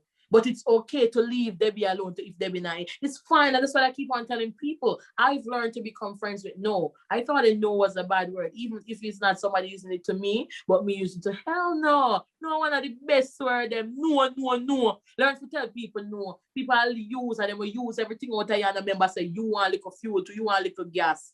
Yeah, ever want to drive, but the member say them can't carry a gas station. So that made me write that song there, because I've seen myself and too many people around me go through the same, bad friendships and bad mind people set them up and kill them. People know them kill them. Friend shoot up friend. Me have two friends when me and them are friend in our music, and one friend get shut up and our next friend do it. Yeah, what people music let me know. Yes, for them friend them here talk about, they will set you up for wet you up. You give them everything so them never get enough. You get $1 million there for yourself, you give them 200,000, them must say that not enough. But you shouldn't get none, brother. You shouldn't get none. But sometimes we make people have too much expectations of us, and we always want to please everybody and be the best at everything and be the God for people. No, low people, because you could have feed them like dog if they want to bite up on you and them now. They're going to do it. Yeah, you could have barley for more them now, member. So let's hear something for people, genuinely do it from your heart. Right. Let's hear the first verse of that one. Them a wolf and a sheep is a creature. Them a lipping up him out, musty preacher. So you pick up a dollar, so them a prayer. No need, no read that them no real. And no want see the face where the filter adjust. No easy if you talk to, no easy if you trust. In a people we must adjust the link rust. Black and delete, avoid the link up. Me no want see no bad mind friend. Yeah. Yeah, I love that song because it's definitely relatable to a lot of things that are happening around us right now, and everybody go through it. Like I find myself on social media or in other situations where I'm supporting, I'm promoting, I'm supporting, I'm promoting, but here I am putting myself back out there, and those same people who I support and promote, they are not doing the same for me. Once upon a time, I'd be like, you know what? That's fine. I'll just still be myself and promote you and support you just the same. But I'm not doing that crap no more. And you're not bad, and that's with good people. We think we're bad because we stop. Yeah, but you been a do. So what if you stop? Them never do nothing, and them not gonna hell. Right. Oh, but nice place up ever for them too, and them not give nobody nothing. So you don't have to be giving out everything you have, Debbie, because at the end of the day, you need to save that for yourself and for people who are really investing in you. You got some people come around just like do a big you up and just love you. So you say, no, Sam, you never do nothing for that person yet. And people that you have, gone around the world and back for will not do it. But that's on them. That's not on you. You understand? Some people just that is why I feel as if we have gravitated to Posh so much. I mean, even before, just a presence online was the first thing that brought us to you. But also, when we first, I think we sent you a link to come over and watch one of our premieres and to also join the live chats. But Posh didn't show up by herself. Posh showed up with Franco, Top Tier Nation, a whole bag of people that I can't remember their names. But I feel as if that is what community is about. That is what support is about. Instead of bringing yourself, you brought the entire team and said, look, make a support. You understand? So that put us in the position to give you the respect that you deserve. You understand? You don't know us from Adams. You don't know us from nowhere. But you see, energy is a hell of a thing, because I'm telling you, like the fire that I feel, even blazing through your screen, through you, Debbion, you have so much to accomplish, so much more to give, so much road. And then what you are doing is right. It's the greatest investment, being kind with a purpose. Because if Posh Morris becomes the biggest thing tomorrow, that means I'm a real and only exclusive. I be Debbion, remember me and deal with me on a level, and vice versa. And that is what we need to do. Community building. When you check the Muslim, then when you check the man, then when them send a third back pay for answer you there. They only, if you have a church, if you're a part of their community, they're only going to your church. If you have a supermarket, they're only buying at your shop. If you have a barber shop, they're only trimming. So that is what I think we need to do in the industry, is adapt some of that personality and that style. You understand? Dead for Debbion, dead for somebody, dead for somebody. That means you in return will get more support. Then there's some of the party people them do it. If you're not come a mind, me not come a yard, not saying we're gonna live like that. But the fact that style, make you have to push out and give back some support some point in time, and the people them have to do back the same for you. And I think we need more me wash your hand and you wash mine relationship. There's so much one-sided relationship. People feel like we only need healthy sexual relationship, or we only need honesty in sexual relationships, or we only need to be 100% kind and real for sexual. No. Some of the sexual relationship now go nowhere. Right. You know, better with investing in a friend. You understand? So at the end of the day, we just have to be real kind people out there. Don't be mean with the thing. That's the next thing when we see them do. Them go like that industry, I feel them alone. Some people would say I talk too much, because everything I learned, my testimony, my experiences, I share them with people. But that is the reason why I went through them. So 10 more people not go through them. Some on the too mean. On the book on the two and watch me come and make my book between the wicked so. Right. You could have just talked to me instead of go waste money on peroxide, alcohol, Band-Aid, and only for something. When you could have do less with $1 for Posh. Mm-hmm. But some of them, they are mean and they are worried about competition, and that is the other thing that's holding back, as people will compete too much. What is for Debbie is not for Posh. So I can't compete with her. You understand? The best I can do is motivate, push, and support Debbie however possible, how much I can, and she do the same. And then with that exchange of energy, you got so much positive things come out of it. Mm-hmm. Yeah, but and I definitely want to thank you for that support. And I also want to tell you, like, keep on being yourself and never change for nobody. Like in life, there's so many situations there's so many things that happen in our lives that may cause us to rethink who we are as people, and say, I'm going to stop with this, I'm going to stop with that. I'm too this and I'm too that. But we really should look into it as we are not going to allow other people bad behavior to change who we are as nice, kind-hearted people. I mean, even similar TV, Carrie and Dwayne, those people are extremely supportive. They have shown, I love them so much. Yeah, and again, I know some of Dwayne's family member. Yeah, man, I really love them, and I see so much in them. I mean, sometimes you go past some YouTube channel, them people that have been by YouTube and them bosses, so them have the million pretty flashy this, that. But me I tell them I try to make a punch, and I know them joke not funny. I know them prank no move me. But you see me go past similar channel. Oh my God.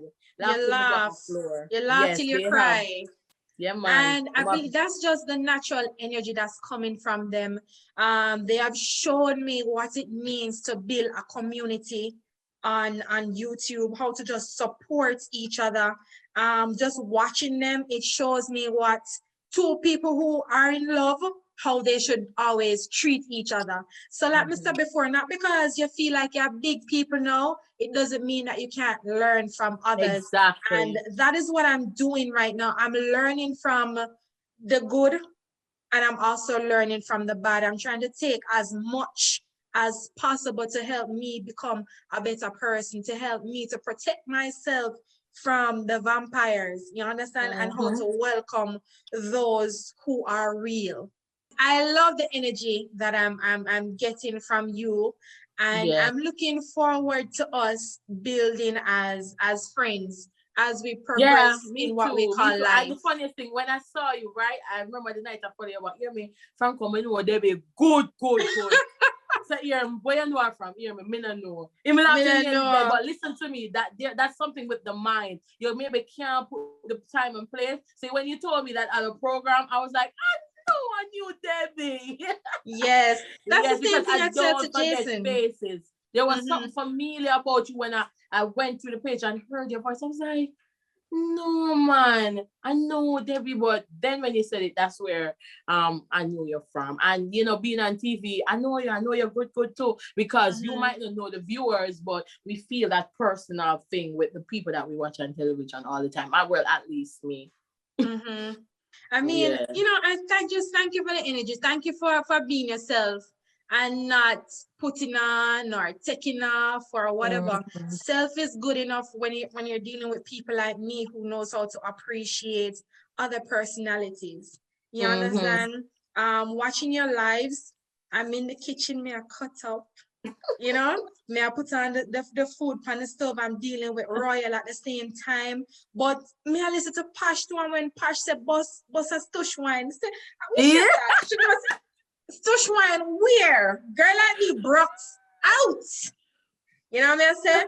But I Yeah. love the energy, I love the vibe. And I'm just looking forward to seeing Posh grow, grow, Mhm. and keep growing. You know what I mean? Mhm. For those out there who are watching this, who are Posh's fan base, and for those who are now going to become a part of your fan base, tell Yeah. them what are some of the music that you're working on now and what is next for Posh. Well, I'm always trying to do better than what I did yesterday. So I can tell you that everything that's coming is definitely bigger than everything that I've already done in terms of just the new type of beats, what we're exploring with in terms of production, in terms of vocals. We have bought new equipment to test out. So for me, I mean, that's another thing I love about music is just experimenting while learning, thinking, and I can't wait for us because the bigger we get, the more experiment. That way I will have the money because so much classes me and Franco do online and watch so much video with so much things that we aspire to do and become. So all I can say is just like I'm working real hard and I want you guys to look out. When you know say Posh Morris and me, I do music, I do every type of topic. I do real stories, I do adult content, I do ballads, it don't matter. But you definitely can look out for meaningful music that's going to touch your soul or definitely make you bust a stush wine in your kitchen.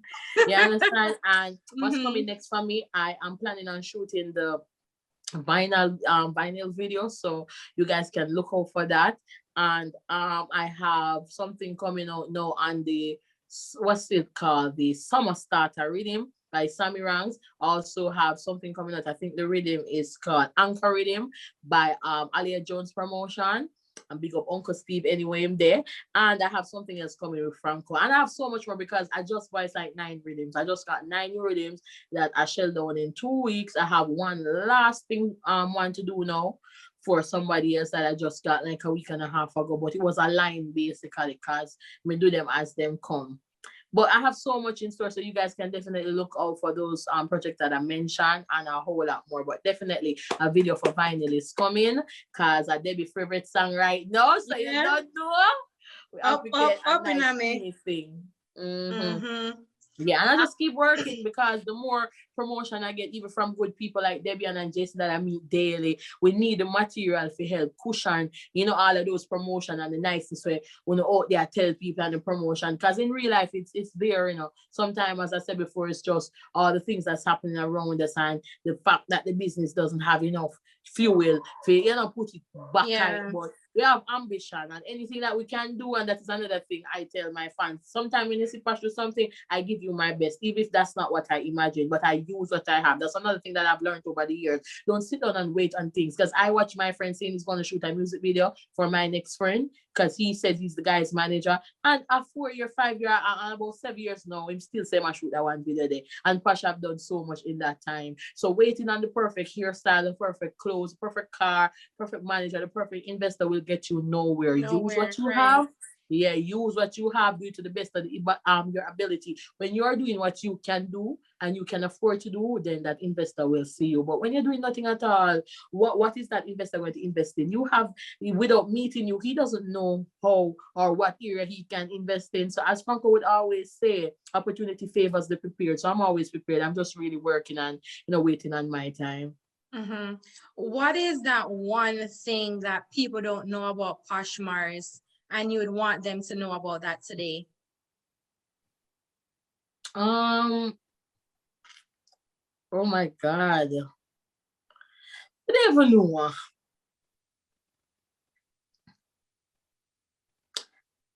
You know, honestly, because I'm wondering what doesn't people know about me, but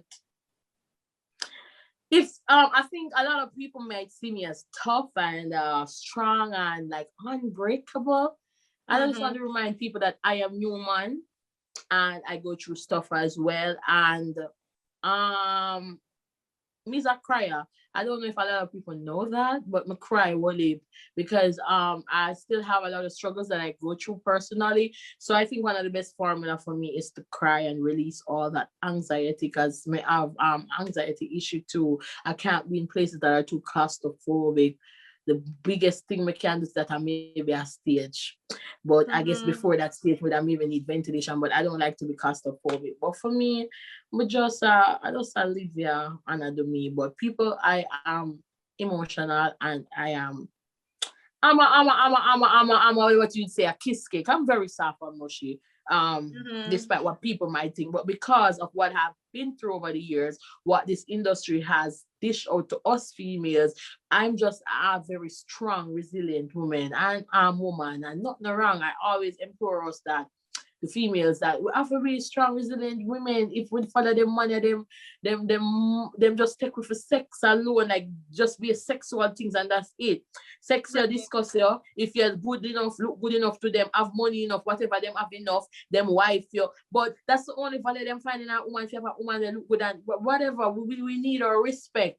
You understand? So I mean for women like myself and you out there in the industry, whenever I run through the whole of the industry, I need girls to know that that formula can work because I can tell you as an artist, there are a lot of people out there telling you that you have to do such and such a thing to make it work, and that's not it. So just know that when you see me with that armor up, it's just because I have to be strong for myself and strong because this is not an easy industry. I would be here saying something real nice, real positive, and then I get a DM with somebody that tell me what they want to do to me, then somebody a class me and I tell me what. So you have to understand we are people too as artists, but I just want people to know that because a lot of people tend to think like, oh, Posh no cry, Posh no go through things.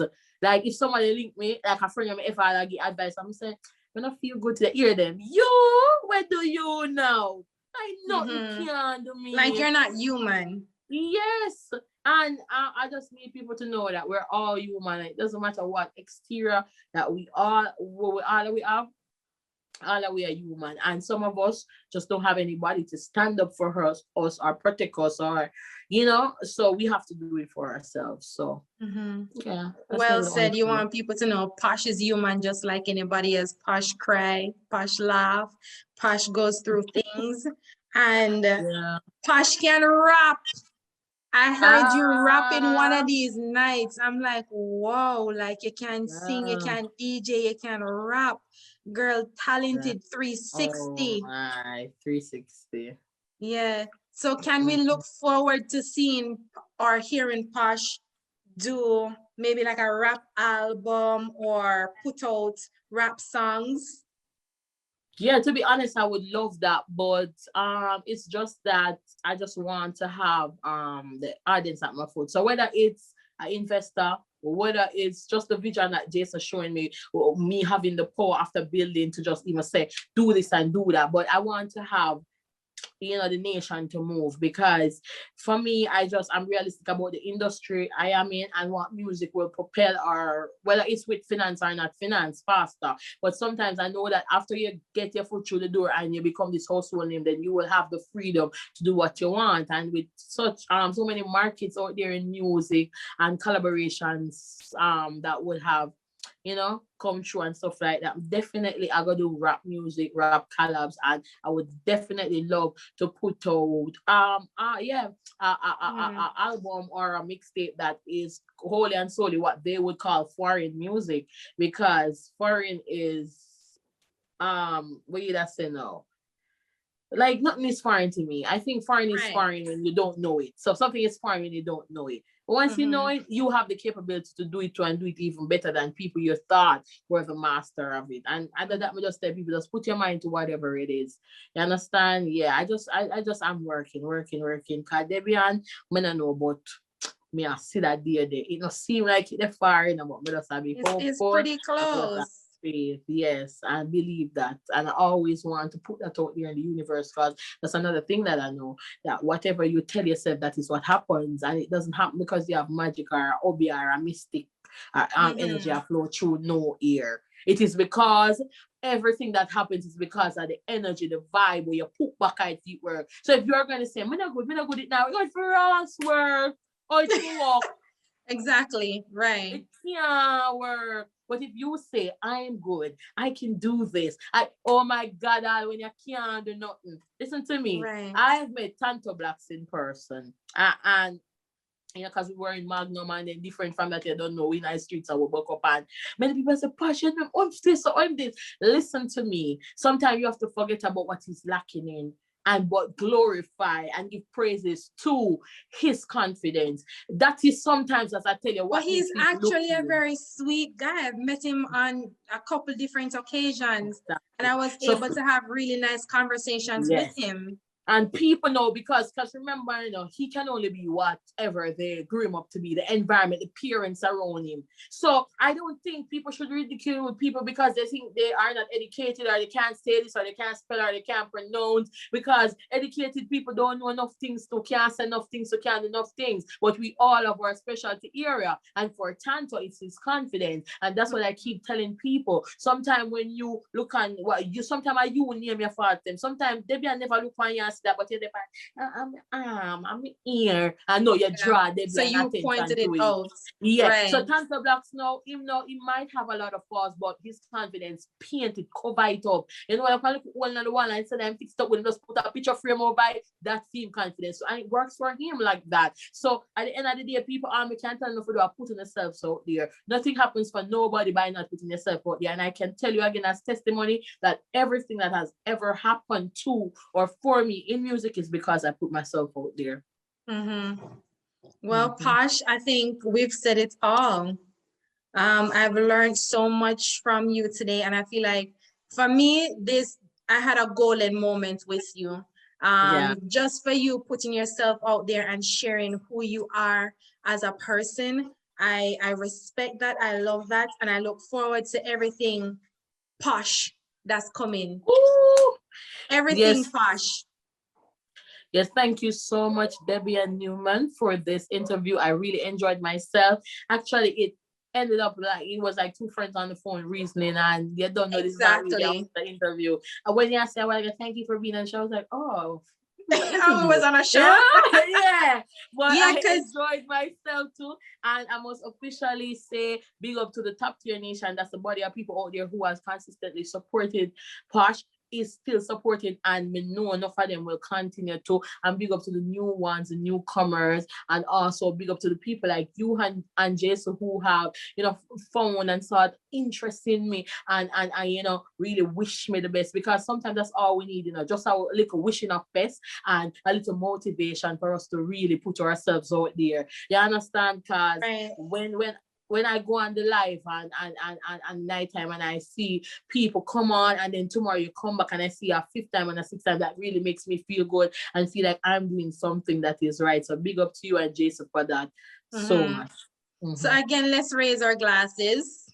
And I want to cheers to everything that is about to happen for Posh. I want to cheers to you being yourself, you being talented, and you not being afraid of sharing who you are, knowing that you are that person that is so blessed that you might be able to change the lives of others out there. So cheers to you, Posh. Thank you. And cheers to our new budding friendship. Oh God, Debbion, I can't wait for me to you wouldn't even understand. Only the meet up with you can't understand when me I talk about, but nobody else understands, not even me and you. not even me and you, but that's just the natural mystic that's flowing right now, where Debbie and Posh is concerned. But I'm looking forward to it, and December might be that time. Yes. Mm-hmm. Yes. In Jesus' name. Yeah, man. Just link me and we talk about that and more. But I just really want to say again, a real big up to DJ Franco again, who has stuck around and, helped me to achieve the things that I have now. And, one of the reasons why I can be here and I have so much to talk about, so much to look forward to because I have him as a teammate. And again, I really want to big up Jason because he, maybe phoned me and, thought that, this girl is, good enough for Debbie to know. It's like, Debbie, you need to see this girl and whatever he might say to you, and you came over and, the support has been great. It's really, really, really important, and it's not no little thing. This is a big thing because this is the exact reason that's preventing me, other females, to reach or not reach, because people acting as if we don't exist, we don't have something to offer, even when it's obvious. You understand? So big one up a whole lot, keep doing another, the whole Reggae Hub crew, you understand, the Newman project. This is a run road, you understand? This is the new band.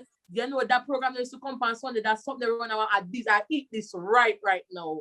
Posh Morris says, so remember me telling you, Hold on. You just compared us to Profile. That's what you're talking about? Of course. Oh Lord. See that? I see the style, and I see the questions, and I see what you're doing, Debbie. Me and God say. So I'm put on that spot there for you. I'm telling you, the show is really nice. And would take everything else away from it. I just continue after just do the works. Trust me. You understand? Because you go see them are there, your skirt foot and a jacket, Debbie. Yeah, man. And you still get the son of some of them black, even though some of them go at them bigger than the thing. But right now, people, this is the new standard. Yeah, man. The Debbion Newman project. Get used to it. Well, big up to Jason for finding a gem. Finding a real one, and I look forward to more of me and you and building on our friendship. So thank you again, Posh. I'm not going to keep you any longer. And we are going to definitely be in touch. Okay, thank you so much. Enjoy the rest of your day. All right. Bye. One love, Mama. One love. If you've made it this far, that really only means that we're at the end of another conversation. But just before you roll into the next episode, it's time for you to like, share, comment, and subscribe. Catch you on the next episode.